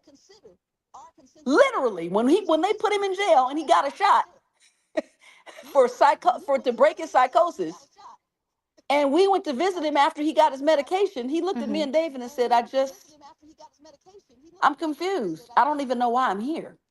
And that broke my heart. And I said, D, do you realize you were walking around naked? He says, yeah, but to be honest, Mom, I couldn't have done anything different. And it just hit me like a ton of bricks. It was like, man, it's like I don't know how to do anything. It's normal for me to get up and get dressed and take a shower, and that's my normal. I don't know how to do it. Marla, how come you take a shower? Well, what do you mean? How do I not? That's normal. I just For know you, how. It's just that's innate. just part of But my for daily everybody, it's not existence. like that. Correct. So that's all I'm saying. I'm giving you that because if everyone around you denied a reality that only you experience, but you think that it is the reality, how angry are you? When my son says to me, I have, everybody in this he's brilliant. Everybody in music is making money off of me, and I have $700 million in the bank. Quote. I said, D, okay, man, would you just allow me to ask a question? Yeah, what's up? What's up? You know what it is. What's up? I said, okay. When are you going to have this money in the bank? Yeah, my deposit's going to be on Wednesday. I said, okay. I said, I'm not trying to talk you out of that, but would you just at least agree with me that if we go to the bank on Wednesday and that money is not there, would you at least trust me to consider a different option? That was the conversation in my house. I'll hang in there till Wednesday because you swear this is it. But when Wednesday happens and this does not become a consensus reality that we all can see, it is tangible, a tangible truth. Will you? I'm not telling you that now you realize you crazy. No. Would you at least trust me enough at that point for you to consider a different option? That's because my goal is to give him his dignity. I'm not trying to say, man, what are you, stupid? You crazy? You sound like a fool. You're crazy. You need to do blah blah blah blah blah blah blah. And all I want to get everybody to understand always is you don't understand until you walk in somebody else's shoes. And I'm going to tell you, we did an exercise at NAMI. None of us can survive if you did this exercise and you had three people talking to you at the same time and you have somebody who's in this reality standing in front of you giving you information that you have to actually go through an exercise that includes draw a straight line. Okay, now draw a square. And in the meantime, three people are standing over you, loudly talking to you and to each other. And you're trying to look at the person in front of you, which is the teacher of the class, and follow this instruction that's very meticulous and detailed. I started crying when I realized, oh my God, is that what he's dealing with? He gave up his license. He can't drive. It's too confusing. It's too confusing. So Yeah. I just want to follow. And I want to follow. imagine being able to have done that and no longer being able to do that. Correct. Correct. That's something else that comes as a blow. And now add to it the girl on the live, your neighbors and people who are totally just flamblasting you. And now add to that your family. Boy, I know what you need to do. You need to go get a job. I want to tell you what you're not gonna lay around here. You're 20 something years old. You better figure it out. So we Marlon, let me finally ask you had this. something. Did your son have his break? Um, a lot of times with schizophrenia, they have their break around 25. He was It, diagnosed at 23, diagnosed at 23. Okay, yeah. but he All was he right. was he was drugs prior to that. Okay. Okay. Yeah. So high school it was drugs. Yeah, so also think about that, you guys. All these diagnoses are, that's what I'm saying. You can never just blanket say that's what she did. Glitter did in the video. And I'm not trying to come down on her. I know her intention was good, but that's why you can't blanketly say that you know anything about it because everything is so vastly different and it varies from person to person to person. Imagine all the different diagnoses that are out there. Miss Marla's dealing with some schizophrenia. We're talking about bipolar, autism. There's so many different diagnoses. You can't act like you know everything on everything. And And when Monique was diagnosed at 21. She has a diagnosis too, yeah, and so this that is that also earlier. bipolar. Yeah, so it seems like in your family they're coming earlier, but a lot of times they kind of give a little kind of standard like by 25. By 25 No, they'll have because that you because big Candy, full-blown break. You don't catch it. What I'm really You trying to don't. also, here's a statistic for this panel. You guys, black people are less than 1% willing or understanding enough to get a diagnosis or to get treated. So what ours sounds like is, you better get it together. Mm-hmm. Now you know you need Jesus. You don't even understand what you're dealing with. And let me say this. The personality disorder piece of this is far worse because you never get to really see the obvious symptoms. If I put both my kids up together, you know what you're gonna say? You know why I don't get phone calls and, oh my God, this is happening with DJ. Because it is obvious. It's like having chicken pox versus having a low grade fever that there's a viral infection that nobody can see, but you're infectious and can infect others, but no one sees it, so they treat you normal. One is far worse and more damaging than the other because one, you know what you're dealing with. And the difference is one is chemical and the other one is personality directed. And that's the difference. And both, she got diagnosed at 21, he got diagnosed at 23. Why did they both get diagnosed? Because their behaviors were so outrageous and damaging for so long. We finally said this something is not right here. This is beyond. You can't usually diagnose them till they're after 18 because a lot of the shit you go through, you're a regular teenager. Teenagers are a trip. Their hormones are all over the Right. place. All over the place. Yeah, they're rebellious from I was a rebellious kid. That's normal. But then you get your shit together on some level. You're like, you know what? I'm tired of being young. I need to grow up here. I'm tripping. And you turn a corner. Well, when this behavior is ramping up uphill, and then you start realizing, wait a minute, they don't stop damaging themselves. Something is wrong. They're paying the So, ultimate consequences to themselves. Something is wrong. And that's when okay. we finally got it together. Okay, so let me pause real quick. So I want to invite it if you're experiencing this with a family member, a loved one, a child, because I'm not seeing like we had a couple people yesterday that were in the chat that do have children that are dealing with autism and things like that. So I definitely wish they were here to speak, but I want to ask you, Marla. Let's get it to this because it doesn't seem. I mean, I am gonna touch on these little the information that I did pull up, but we're talking freely. Conversation is going. So I want to ask you, as a mother,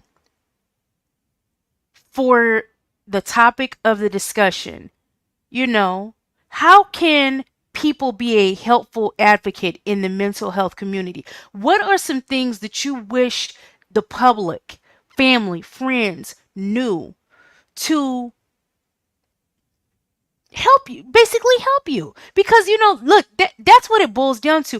Y'all don't understand that people who are taking care of loved ones that have mental health challenges, they do need help. Never let it, don't think for a moment in your mind that they don't need a little assistance, or an ally in what they're experiencing every day, just because it really can take over. So what do you wish that the public knew?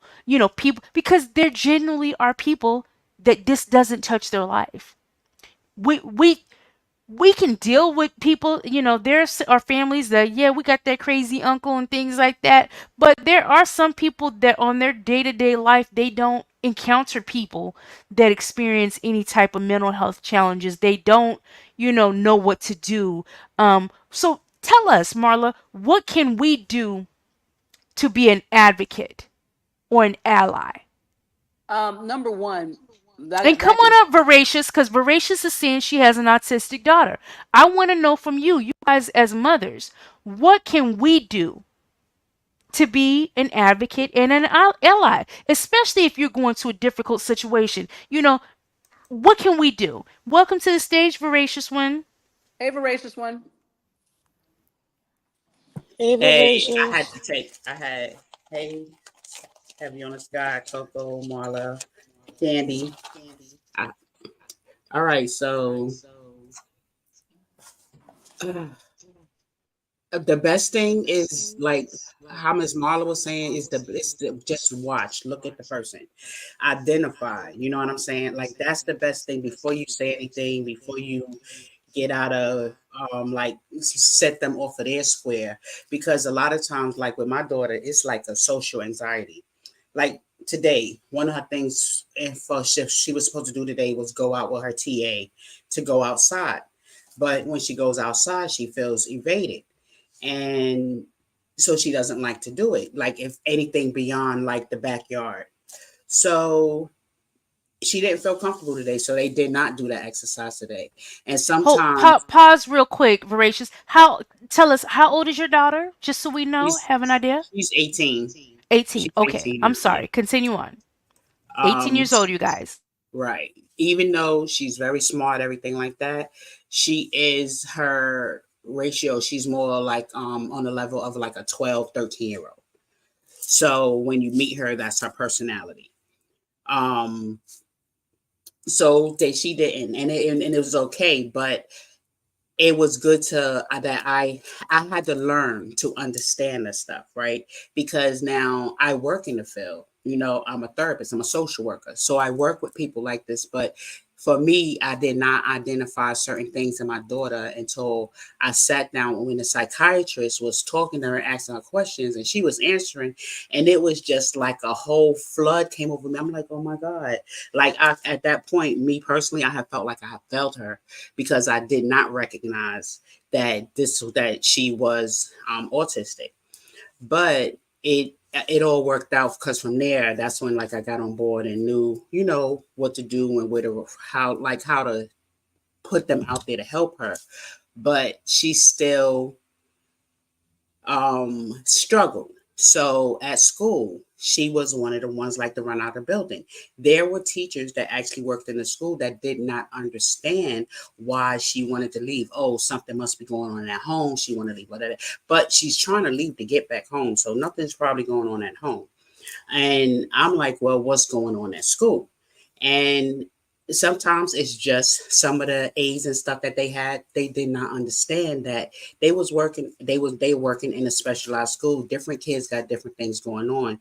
But because she is so high functioning, like I believe the guy in the video, he's high functioning. So things are hard to tell. So if she could have just not went, I feel like she ran off with whatever thought she had in her head, not even just really looking at him.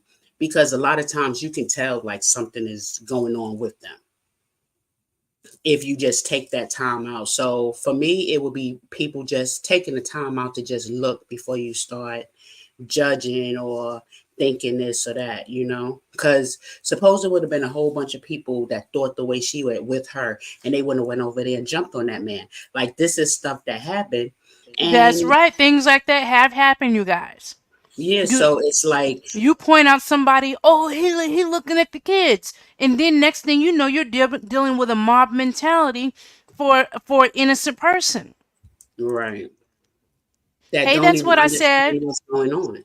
Exactly. Exactly. Okay.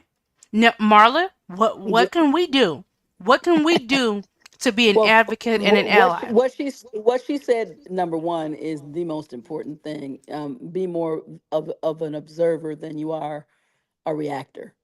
That's number one. Number two, or one for me, would be that I have a big issue with denial and enabling. Big issue. And especially when it's the people that are closest to you. There's nothing worse than, knowing what you're dealing with and having the people around you go around you or dismiss you and still not be able to offer the right kind of help. So the enabling is a problem for me. And when I say enabling, it's not a tough love thing. It's just enabling means you're not willing. Anytime there are people right now to me that will say to me in my immediate circle, hang in there, things will change. She'll grow up. And I'm like, do you hear yourself? She's 37. What? How much more? She's in the super grown category. She's about to be 40. What are you Right, talking and people about? don't realize it's either going to stabilize with maybe with possible medication or anything like that, Right, or it could possibly get worse. Like, what are you right, talking about? right. But my problem with that is this. Like, for example, voracious one, Marla. There are those of us respect your. I call us now. I group us together. She and I on this panel are what I now call first responders.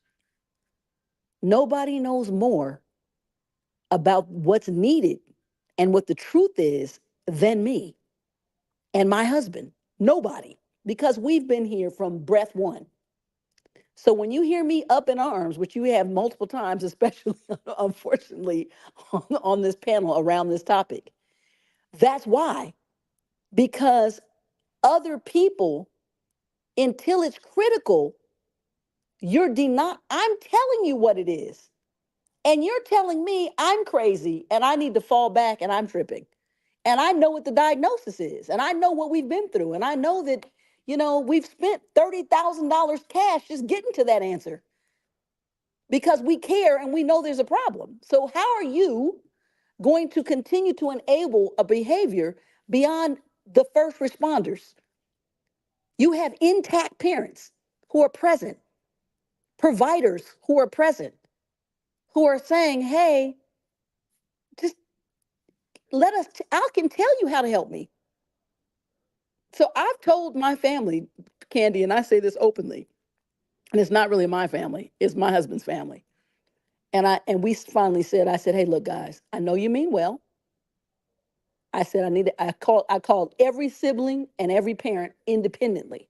I said, I don't really get into this with you guys because this is never going to be a thing of sides. But now the situation has gotten critical. And I said, so I know you mean well, but the help that you think you're giving, you're not helping me and Dave if you refuse to educate yourself on what the actual problem is. So here's a list of books that I'd like for you to Yeah, read. Read that's these books. huge. That's huge, Marla. I said, read these books, and then we can at least be on the same page as to what the help should be. That's on the real. Do they So when read you the books though? no, and we don't talk to them anymore. Now we don't talk to anybody, but now we're done with everybody but David's mother because it's dangerous. This is the family that you That think is, that yeah. you think that That you that think makes I'm it out of. worse. The family. Are Oh, you I'm kidding? sorry, Marla. You think I'm out of line? I got a kid that's got criminal issues going on, and you write the f in court to defame my character. So no, we're done with you because we have to be. Because if I had any hope of helping my kids, and by the way, now we know this is why I'm so outspoken because the public can help me too. Stop fueling the fuckery when there's people here who know and want to get to harvest this child, this human that's mine, back to a help. I can't do that if everybody is if the fan group is saying, "Hey, girl, you're so truthful. You're this, you're that. You're not helping." That's an enabling public. So where the love resides, and where the understanding resides, and where the help resides, still is right here. Right now, it's still right here. When you're ready, we're always here. I don't know how far you want to run yourself into the ground, but my own family goes there. My brother. Yeah, well, I still gave her such and such and such and such because, to be honest, I just don't know I don't think you guys know what the fuck you're doing. That's a quote. So you went around me and the doctors and provided what we asked you not to provide. And the situation is worse than has ever been as we sit on this live. Now, my son trusts us still because we are those parents. Hey, man, you don't like this medication. Okay, look, we're not trying. Why don't we set up an appointment with the doctor? And I want you to let's take you to the doctor and tell the doctor what's going on because we don't want you to be this uncomfortable. It's not like, well, we don't care. Take the just shut up and take the medicine. I care about him. We love him to death. So therefore, okay, I hear you. You're hearing voices. My son's one of the only black kids we know that He calls it the network. And I say, D, what's the network talking about? We talk about it because he can say he hears voices, but for the longest, he was scared to do that. He didn't want to say he was different. It's huge and it's big. And I'm so glad, Candy, you opened up this conversation because it's our community that needs this information more than we need air. Yeah, we definitely do. We definitely do.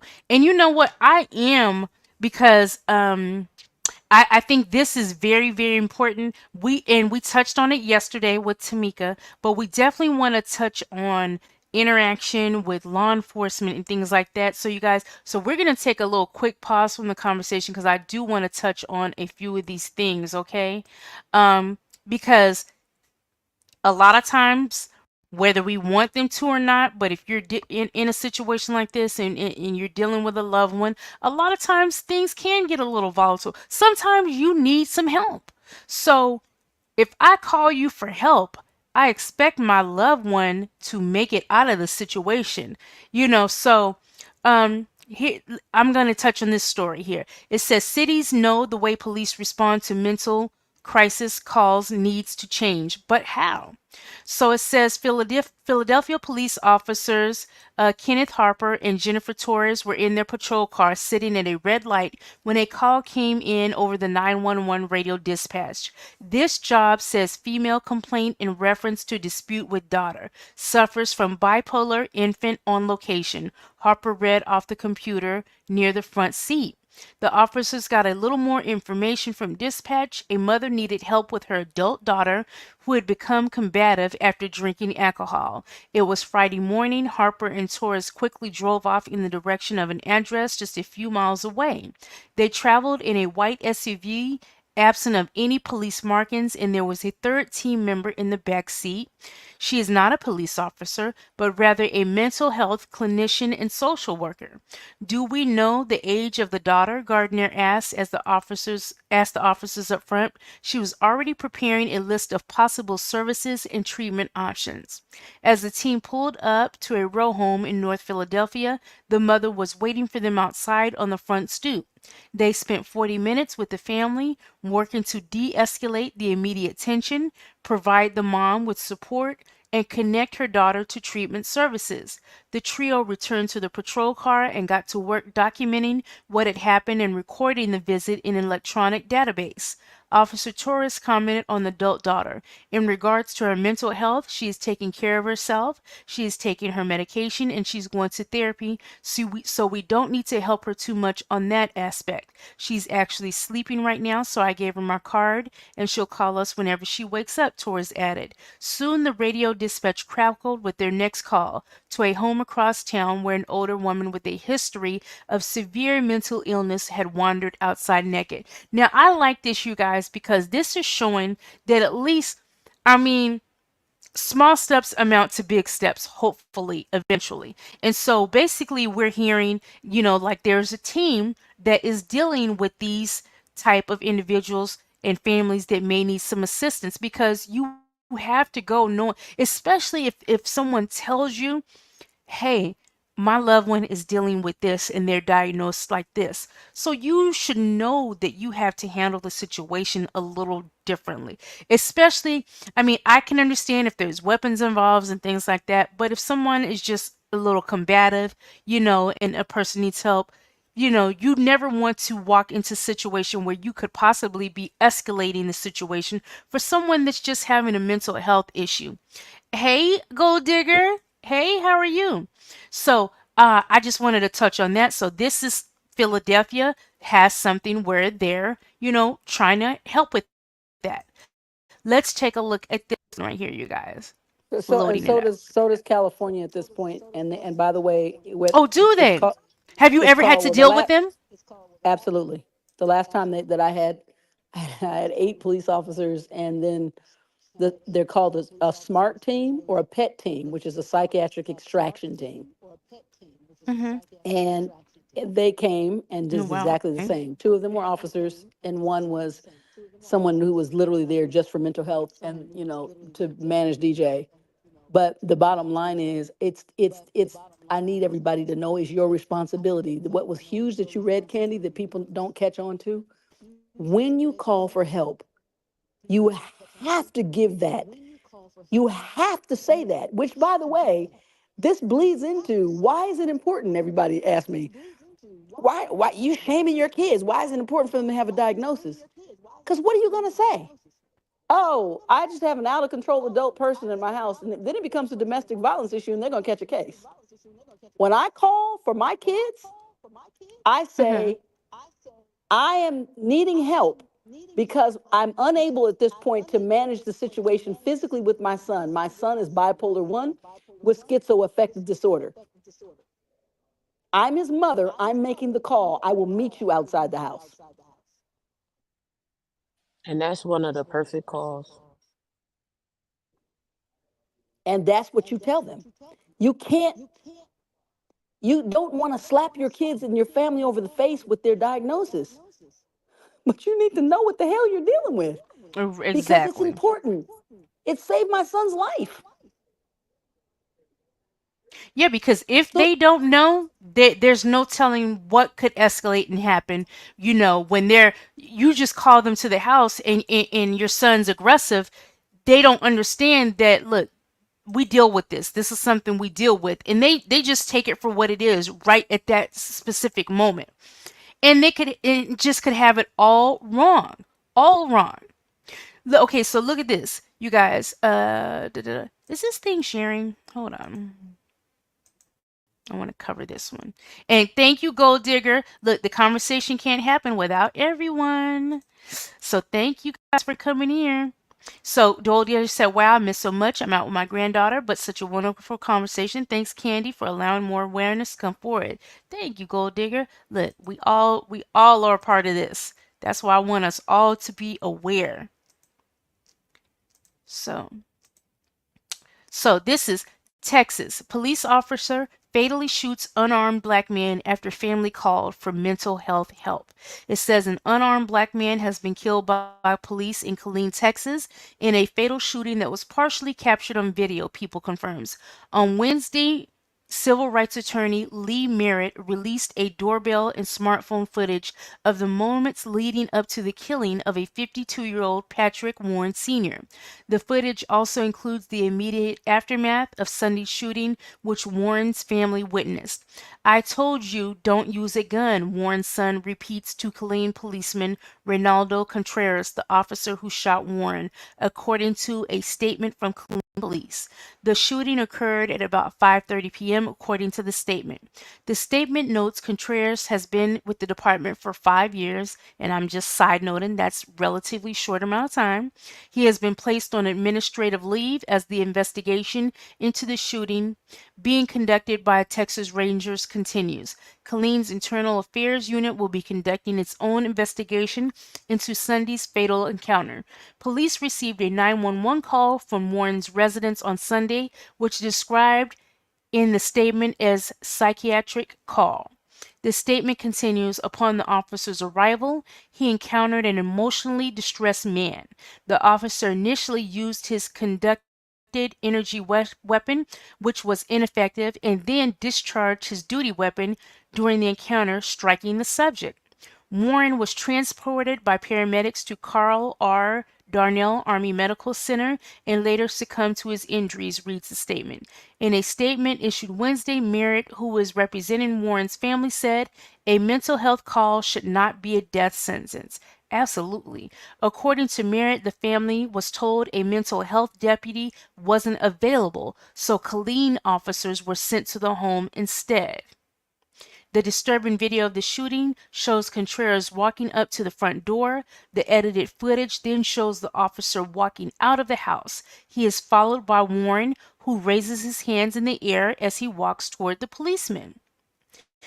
The shooting was not captured on video, but contains audio of 3 shots being fired. Relatives can also be heard telling Warren to sit down during the fatal incident. Contreras could not be reached for comment. That shouldn't have I, happened, you guys. but I'm going to tell you what else. Hmm. Oh my God. Police are not therapists. They're not at all. trained to deal with psychiatric. Okay, so just hear me out on this. Police are here to deal with criminal, or not even criminal. They're here to protect and serve. So they're here to deal with protection and safety. Is it me, Candy? Why am I echoing? Can you hear me? I can hear you, and you don't have an echo for me. Here, I'm You gonna have mute an up. echo on my point on my end. I do. Is it scary if I went out and come back? I can hear it, but I hate I it. don't hear an echo. Okay. All right. So um now I don't hear my own echo. But anyway, so what I'm saying is, and thank you Tamika for that, because I was hearing it myself. Um so it's already scary. Here when I hear that story, I want to cry because that's a misinformed family. Number one, this is what I teach. Everybody get out of the house, the motorhome, the car, whatever the issue. You must clear all life. Leave the person affected in the area alone to deal.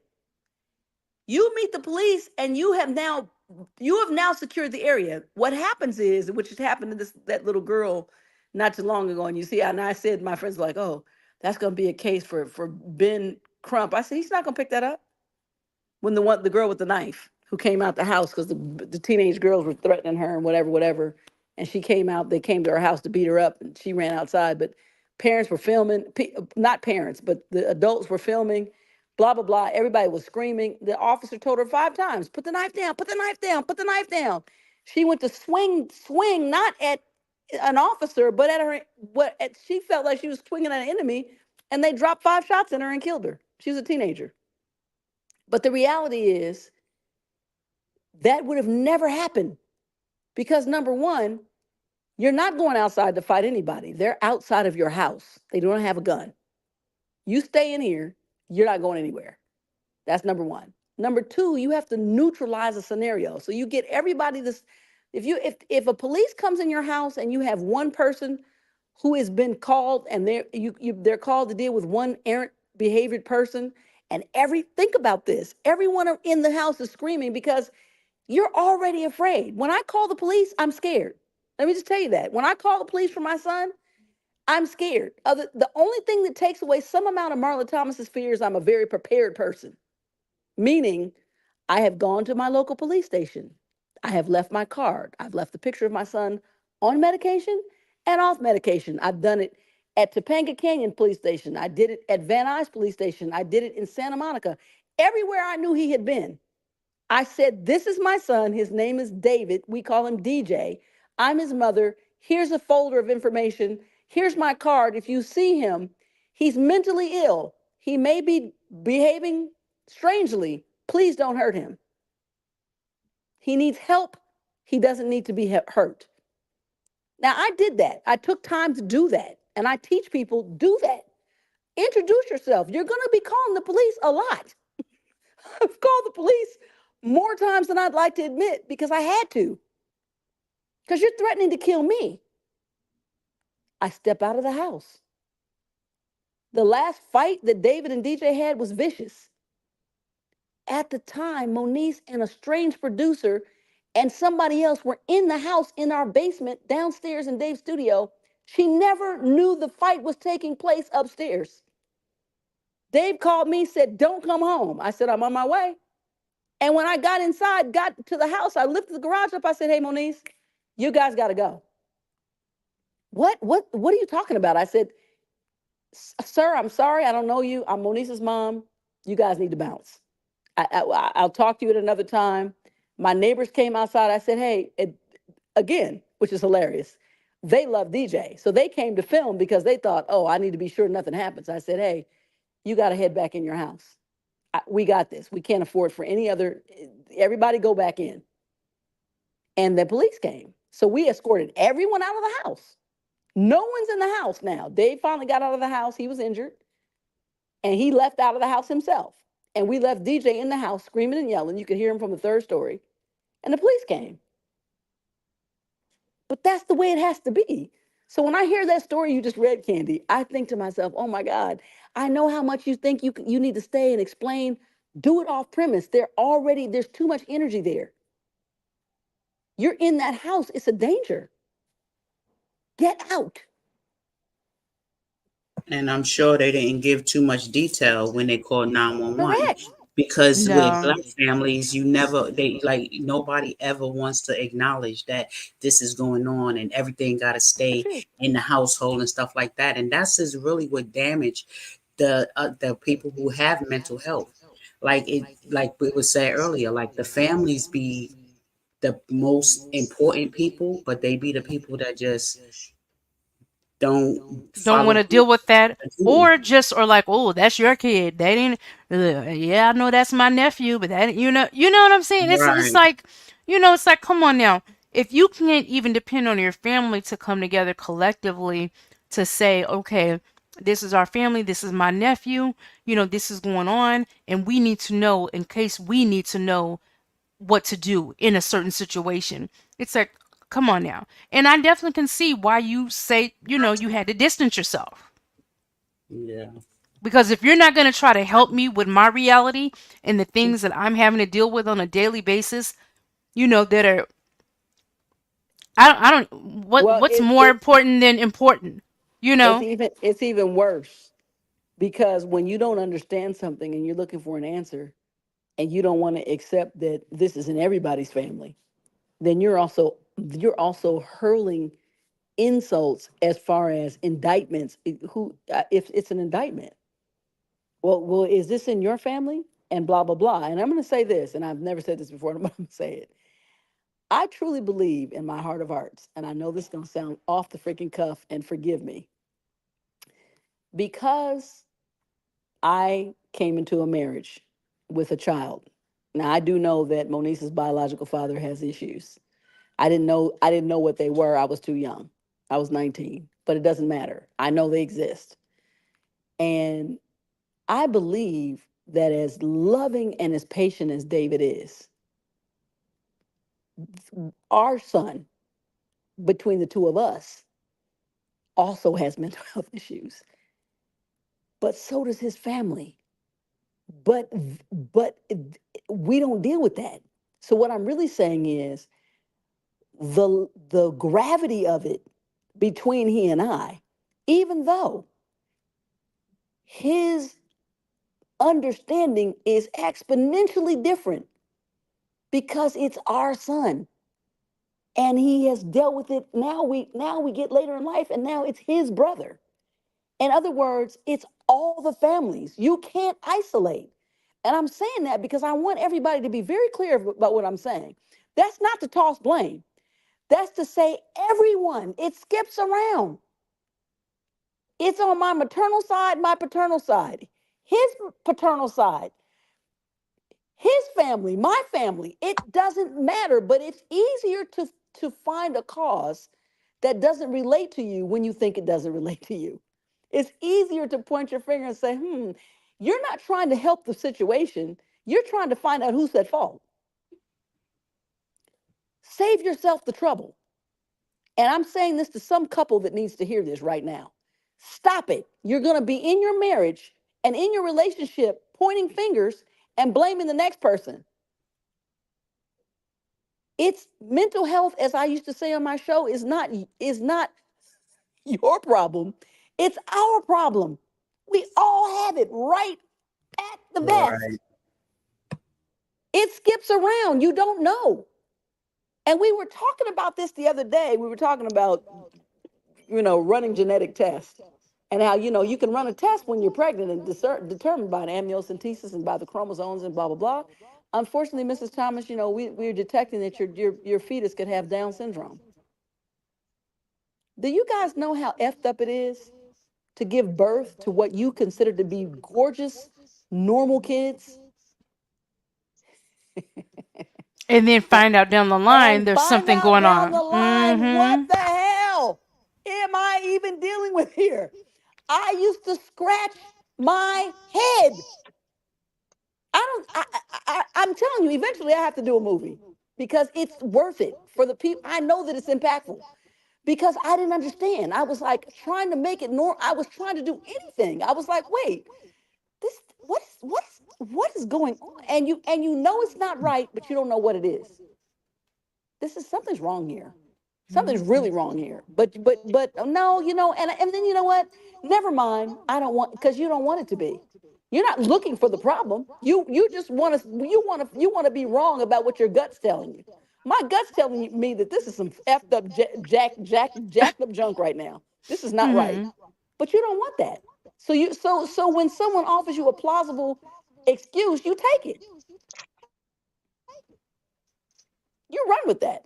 Oh, okay. Well, you know what? Oh, I was Let's tripping. welcome Gold Digger to the stage, you guys. Welcome. Oh, hey, Hey, Gold Digger. girl. Hey, gold digger.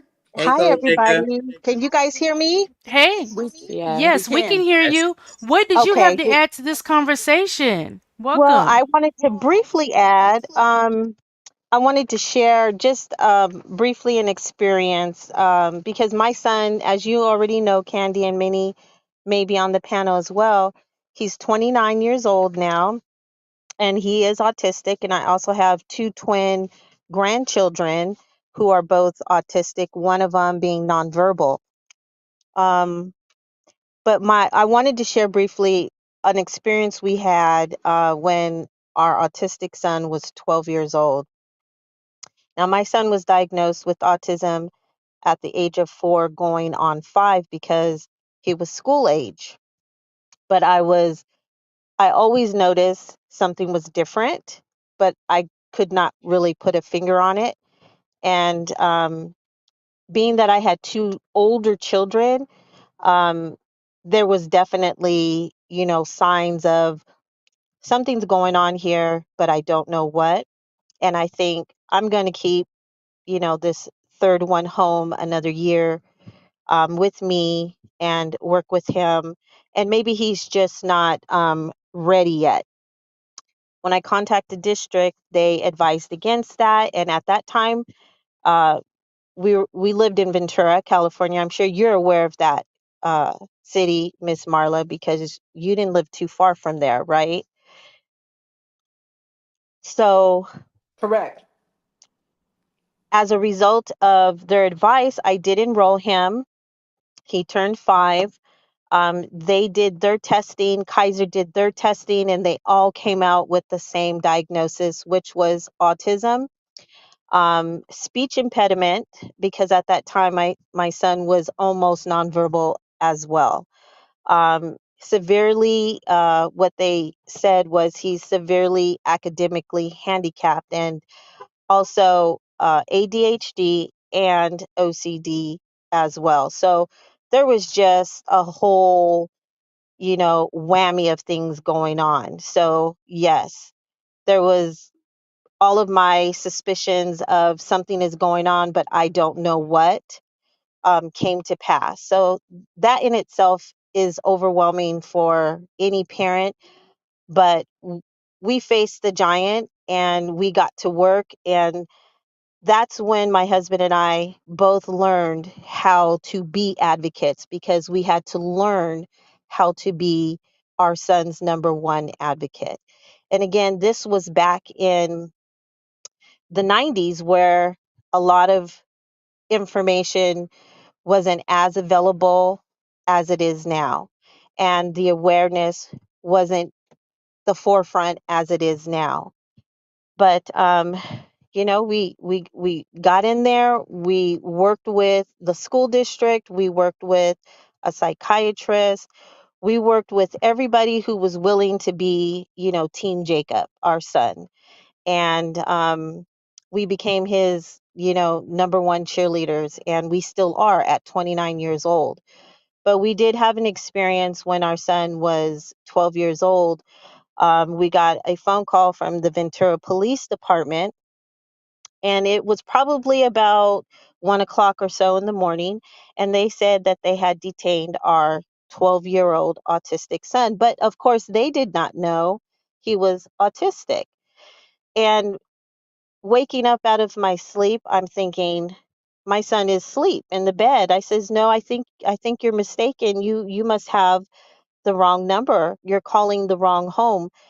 And the police says, "No, is your son, you know, Jacob so and so?" And I said, "Yes, yes." "And is this Mrs. So and so?" I said, "Yes, yes, yes, it is."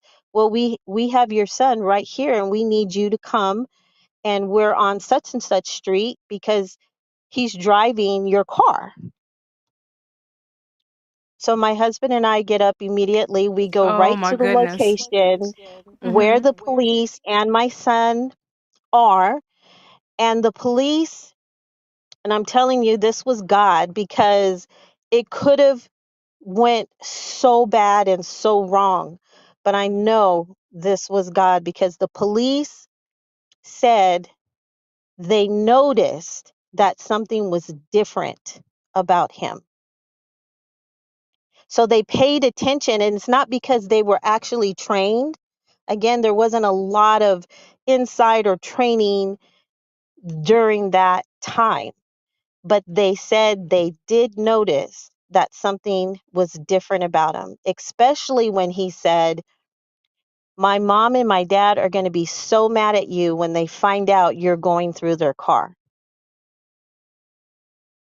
And that's what he was able to articulate. When they find out you're going through their car, they're going to be so mad at you. Yeah, that's true. Not the fact that I'm 12 and I'm out here driving this car, but yeah, that should let you know, okay, something's a little, going on here. Something's a Yeah. little going on, right? Yeah. But that actually saved my son. And when we got there, we were able to explain that our son is autistic. He had never, ever done anything like that before. And when we asked him why he did that, he said, "Because there was no milk in the refrigerator and I needed my milk." Now, that doesn't sound normal, does it? No, but it's normal it's a normal thought process for someone that has autism. They're like, Right. they're sleep, and I have to have this, because a lot of people that have autism are very routine driven. Yes. So, he needed that milk. He needed that milk, he but needed the, he again, needed that milk. Yeah. Right and the now. diagnosis of OCD, I mean, milk Yes. was an obsession Yes. Mhm. Yes. for him, daily, nightly. It's always been, and it's still 29 years old, and it's still, you cannot be without milk in the refrigerator. And I, sometimes it's food. Yeah, yes, they're fixated. right. They're asphyxiated. Exactly. So I wanted to share, I just wanted to say that things go so wrong so quickly. And in our situation and having that experience, we were just very blessed and very fortunate that the officers paid attention and they knew something was out of sorts. And they actually said he was driving really well, but he just didn't have any lights on.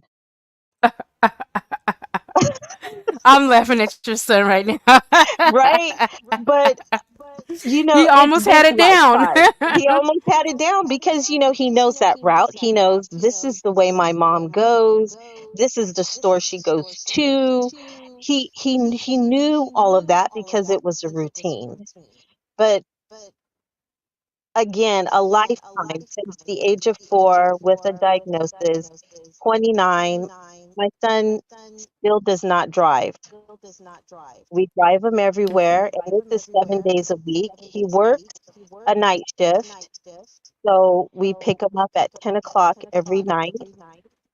And we have a world that's sort of like a bubble because we have to protect him from the lack of awareness that goes on in the world. So he has a semi-social life, but even in that, like Voracious once said, there can be anxiety that comes with that.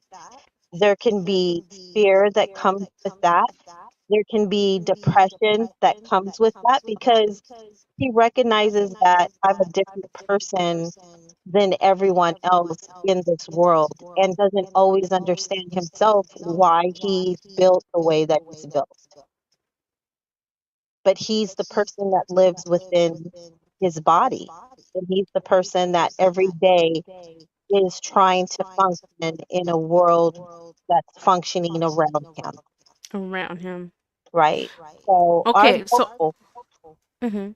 I'm sorry, our goal, my husband and I, not only is to always teach him about, social cues and social awareness, but to also help him to become a productive citizen in this life because he's not always going to have me and dad. He has to be able to um, care for himself.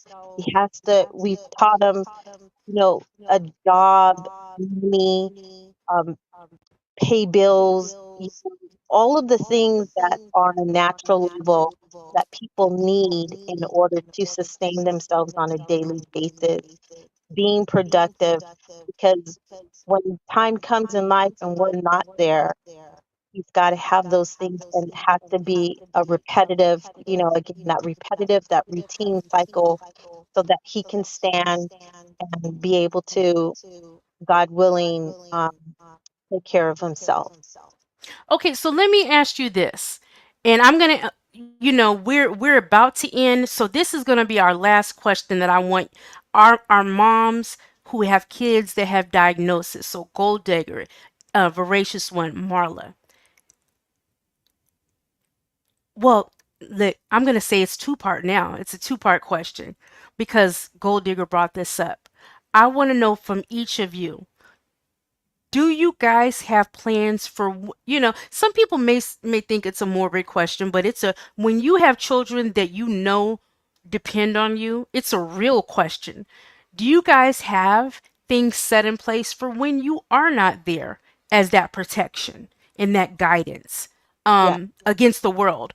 Do you have anything set up? And give me two things, you know, how people can be an ally or an advocate to your children. Well, fortunately for us, we do have two older kids. Our daughter will is um, going to be 40 in Mhm. September, and our son is 36.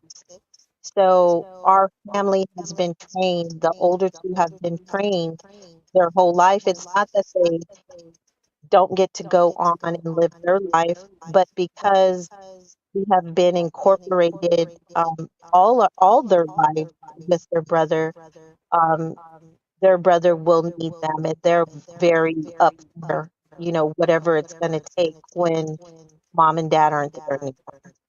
Mhm. So that's in place. He has his brother and he has his sister, and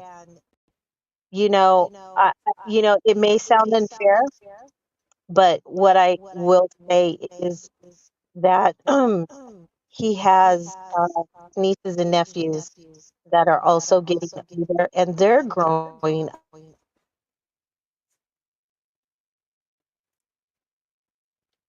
I don't know if you're talking Gold Digger, blessed. but you kind of faded away. Okay. Am There. I am I am I there now? Yeah, I hear you now. Mhm. Okay.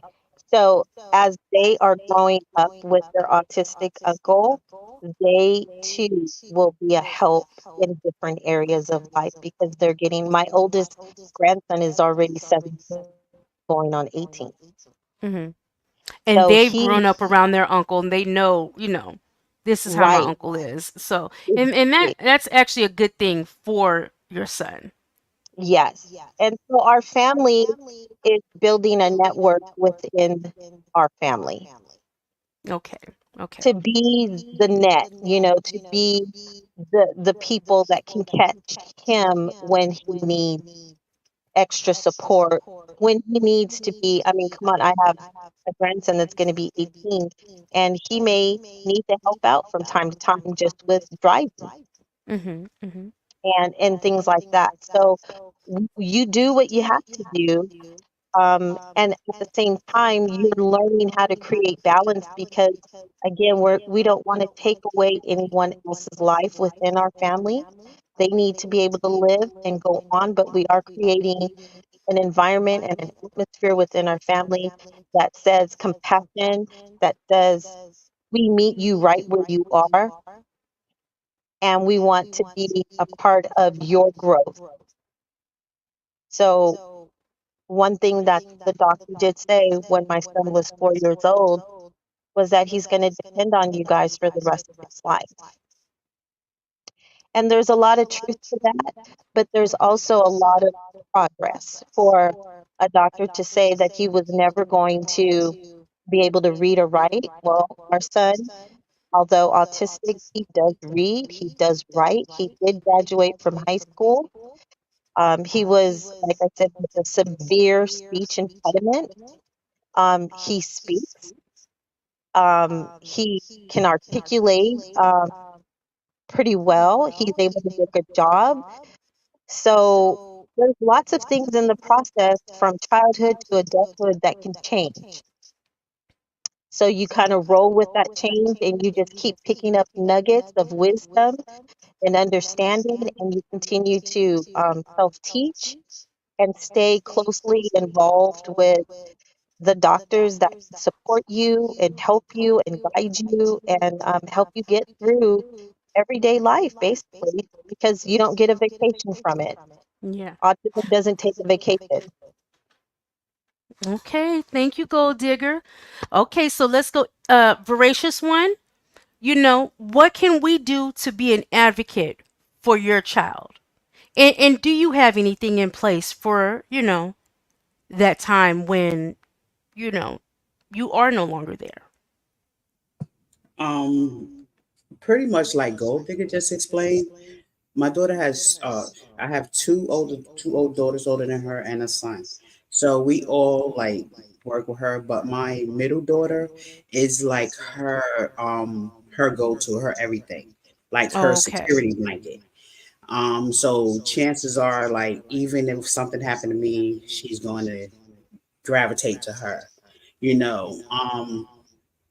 So, and that's pretty much. But then I have my older daughter who it will come in. Now my grandkids are they're kind of too young, and my youngest she doesn't. She's awkward around kids. So like right now she doesn't even know how to react around them. So because they're too small for her.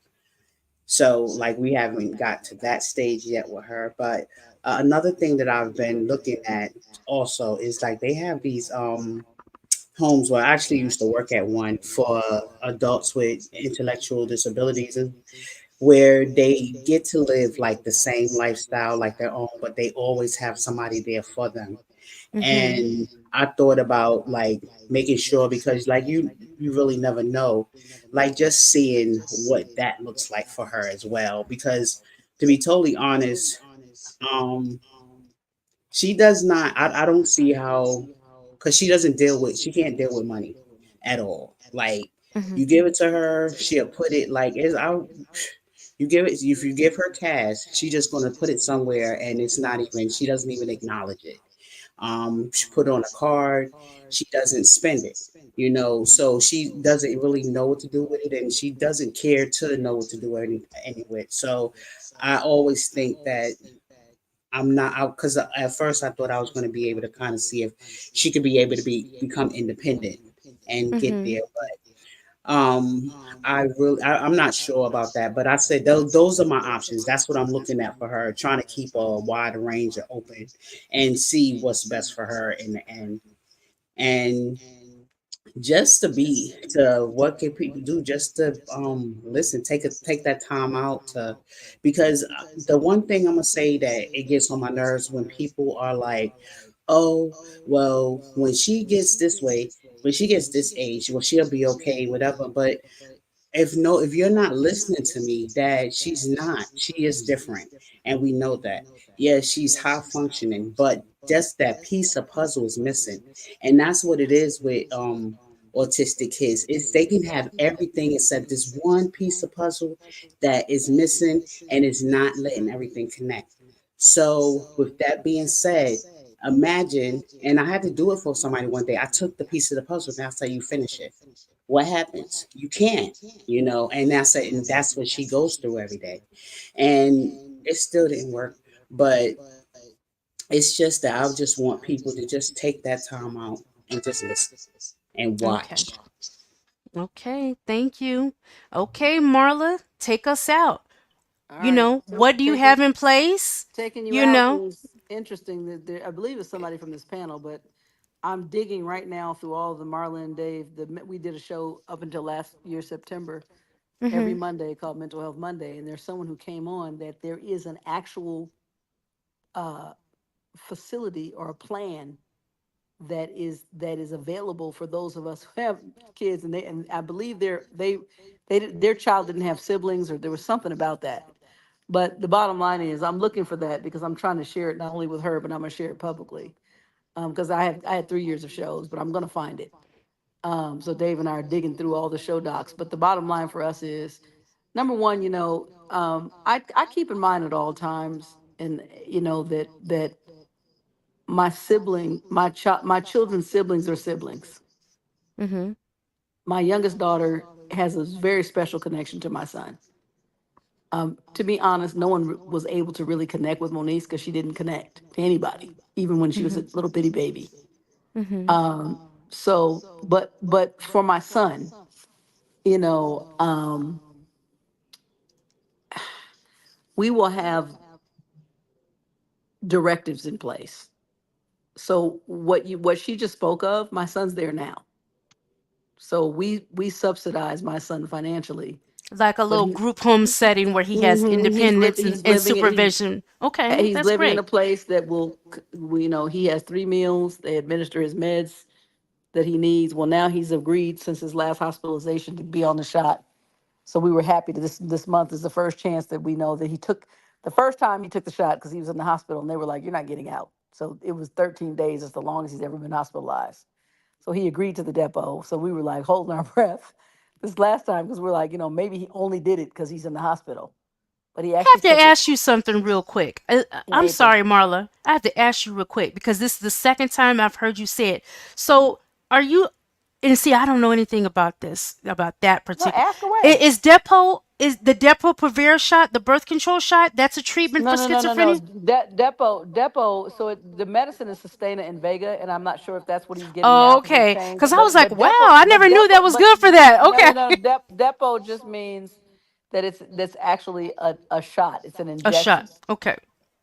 and so the injection doesn't allow us to. There's no more error with he can decide to take and cheek a medicine or spit a medicine out or you know believe it or not, even though his own condition is against his own well-being, he still gets to volunteer. I know that's crazy, but it's true. Okay. So he gets to decide. So when he has the depot, I don't have to think about he's not going to take his meds. It's in him. Yeah. It's in him, and there's time release, and that's just it. And now they go up to a year. I'm glad I'm not the only one because usually when people anytime I hear Depo, that's the way that Yeah, it's you think meant. of So I'm just birth like, control. yeah, I'm just like, Yeah, I never knew yeah. that was a treatment. Okay. Hilarious. Yeah, no, he's not taking birth control. It's good. That no uterus there. But you know But what? There are so many medications that are for one thing but are good I for understand. something else. So yeah, I get I it. was just like, Yeah, wow, yeah. I No, didn't know. that's a. I'm open to That's the all. truth. I'm open to all questions. But so that's it. So I'm not. I know the burden of taking care of my kids, and the one thing for me, and I hear this also with the other mothers. So please don't. Is that I all David and I both never put the other one. It's deep. Like you have to, when I came forward and started talking about what was going on, the one thing I had to say, and I'll say it again here, is that people don't understand. Well, why do you treat your youngest daughter different than your oldest? The only one of the three kids who has a justifiable claim to be shunned by me and Dave is her. I just thank God every day that she's who she is because the issues we were dealing with from jump with the other two, she pretty much raised her damn self. We were always in crisis with the other two throughout. Before you knew who we were, we were managing one insane situation after the next. So for me, I'm like, okay, I get it, but I gave her the freedom to say, hey, you know what? And she that's why I said who was that was talking to me the other day? I said, Lexi, oh, we taught at a class and they said we would love to talk to your daughter. I said, she's the one you need to talk to. Because she'll tell you a sibling's perspective in a heartbeat. and it's very different. And so, I we have ourselves set up to deal with that. I'm going to leave directives. There'll be, I'm not, Lexi does very well for herself. She took everything we gave her and she ran with it. But I still, no matter how much money she and her husband make, our son and our daughter are not her responsibility. I need to repeat that. And what I'm saying is, and again, not that any other parent has said that, but I don't want my child has to raise her own child. I don't want my child raising my son, but Lexi has stepped up. Dee called her Easter. I wasn't even in town and said, "Hey, can we get together?" She said, "Yeah." She went and picked him up. They went to brunch. They had a great time. He spent time with the baby, and she's willing. So that's a blessing because my kids are mine and they're all my responsibility. So I put in place what I can put in place, but I'm going to post that information because there is an actual program that is designed for parents like us who have kids who have mental health challenges that you can set up somebody who's actually designed to orchestrate what needs to be done for them in a care scenario. Please And give me that link, Marla, because I'll put it in yeah, this show's we had description. somebody, and I've been digging for the last 2 days because somebody privately asked me, and Dave and I have been like, dang, but we got 3 years of shows, so we're going through every show document. We're gonna find it because we could, in other words, we don't know who it was specifically because we talk to somebody every Monday, but that was the specific thing that they did. So we just have to go back and figure it out. So we're gonna find it. So we're looking. He and I are looking as we speak. Okay. We've been looking for the last several days. All right. All right, you guys. So, okay. It has been a wonderful, wonderful, informative show. Hey, Evelyn. Hey, Lady Couture. You guys, look, y'all late to the party. We about to get out of here today. But look, as y'all know, with everything, we always have somewhere else to go. But Marla, really quick, let's go around. Tell us where they can tell everyone where they can find you and connect with you. You can find me at Marla Talks on all social media, but more importantly, please visit and be a supporter to my mental health foundation, which is called Loving Beyond Reason, as it's spelled.org. That's an active website. We're donation only, and David and I's first initiative is to build our first transition home for it's a Mhm. step down transition home for mental health, not just codependency and dual diagnosis. And we find that that's needed, and we have a very special curriculum that we put in place that is amazing. And so that's what we're doing, and we would love your support in that. And I just have to say this before you judge, think to love, and try your best to understand, and understand that by the grace of God, there go I. It could be you. Okay. Voracious one, tell everyone where they can find you. They can find me on Twitch at Voracious One, but it's V3 Voracious One spelled.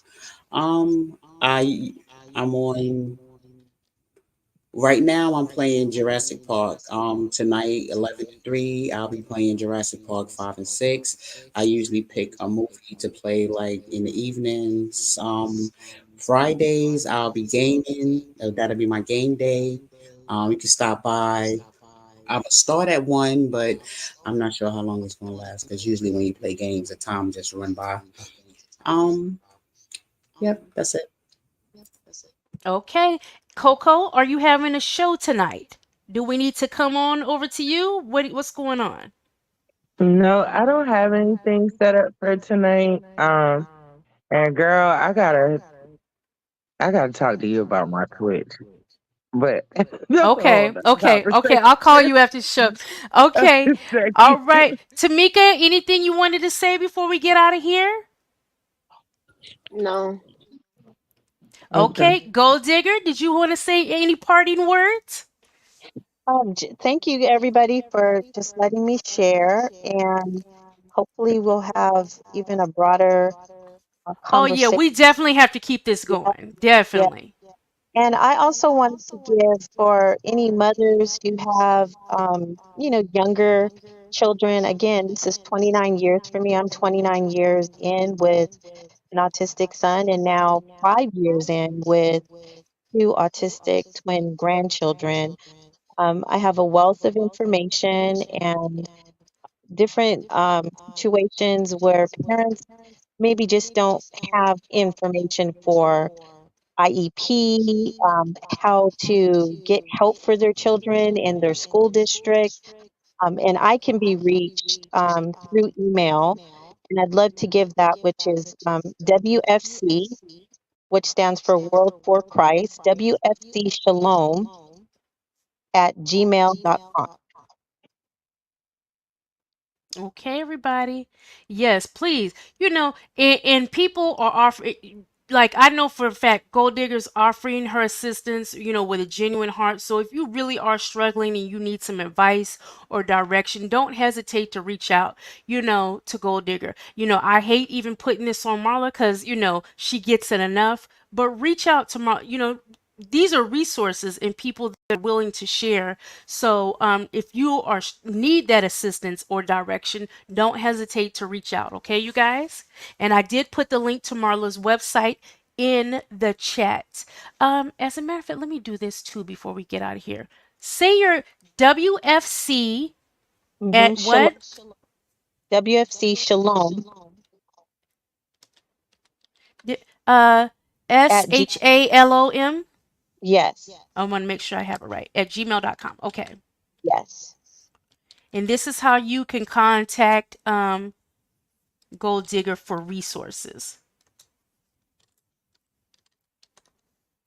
All right, you guys. It Thank, has been a thank, wonderful thank, thank you, conversation. thank you, Candy. Thank you, everybody. Um, everybody, because Thank I always say that every conversation surrounding mental health is one worth having, worth hearing. So thank you. yeah, That's right. Hey, yeah. before we even go, are you still doing the Mental Health Mondays on where are you doing that at? On your YouTube? I am not. So that's a whole nother subject. But I am not. We stopped in September. We stopped because we were in partnership with NAMI. Oh, okay, And so okay. now when I launched my show, which is Marla Talks, part of the Marla Talk show, there will always be Marla Talks. There's going to be a mental health moment on every show I do. Okay. So, right. So just you'll stay tuned for that. And we're in the process of putting it together. I have a perfectionist husband that's a production fanatic, and if I don't have to put a bag over his head, I'll never come out because it's never going to be perfect enough. So, Well, you know what? In the meantime, use us because we're soaking it up. Come over here, go over on Banger. We love to have you, oh, and we love when you come and speak with us and impart your knowledge and things like that. So, in the meantime, while you guys are working it out, you always have some place to go. and So, I'm going to continue to come everywhere because just like you heard tonight, look at how many people here had an input of somebody heard something different from each one of us who shared our experience. And hmm that is what it is all about on the real. It's not one voice, it's all of us. So it's let's all just of keep us. let's keep sharing. Amen. Amen. All right, everyone. It has been so wonderful, Amen. and we will see you guys tomorrow. And have a wonderful remainder of your evening. Look, check your mental health every day. It doesn't even look. We talking about other people, but make sure you're protecting your peace, okay? And we're gonna end it at that. You guys have a wonderful remainder of your night, and I'll see you later. Bye. Bye. Bye, everybody. Bye, everyone. Bye. Bye. Bye, everybody. Thanks, Miss Marla. Bye.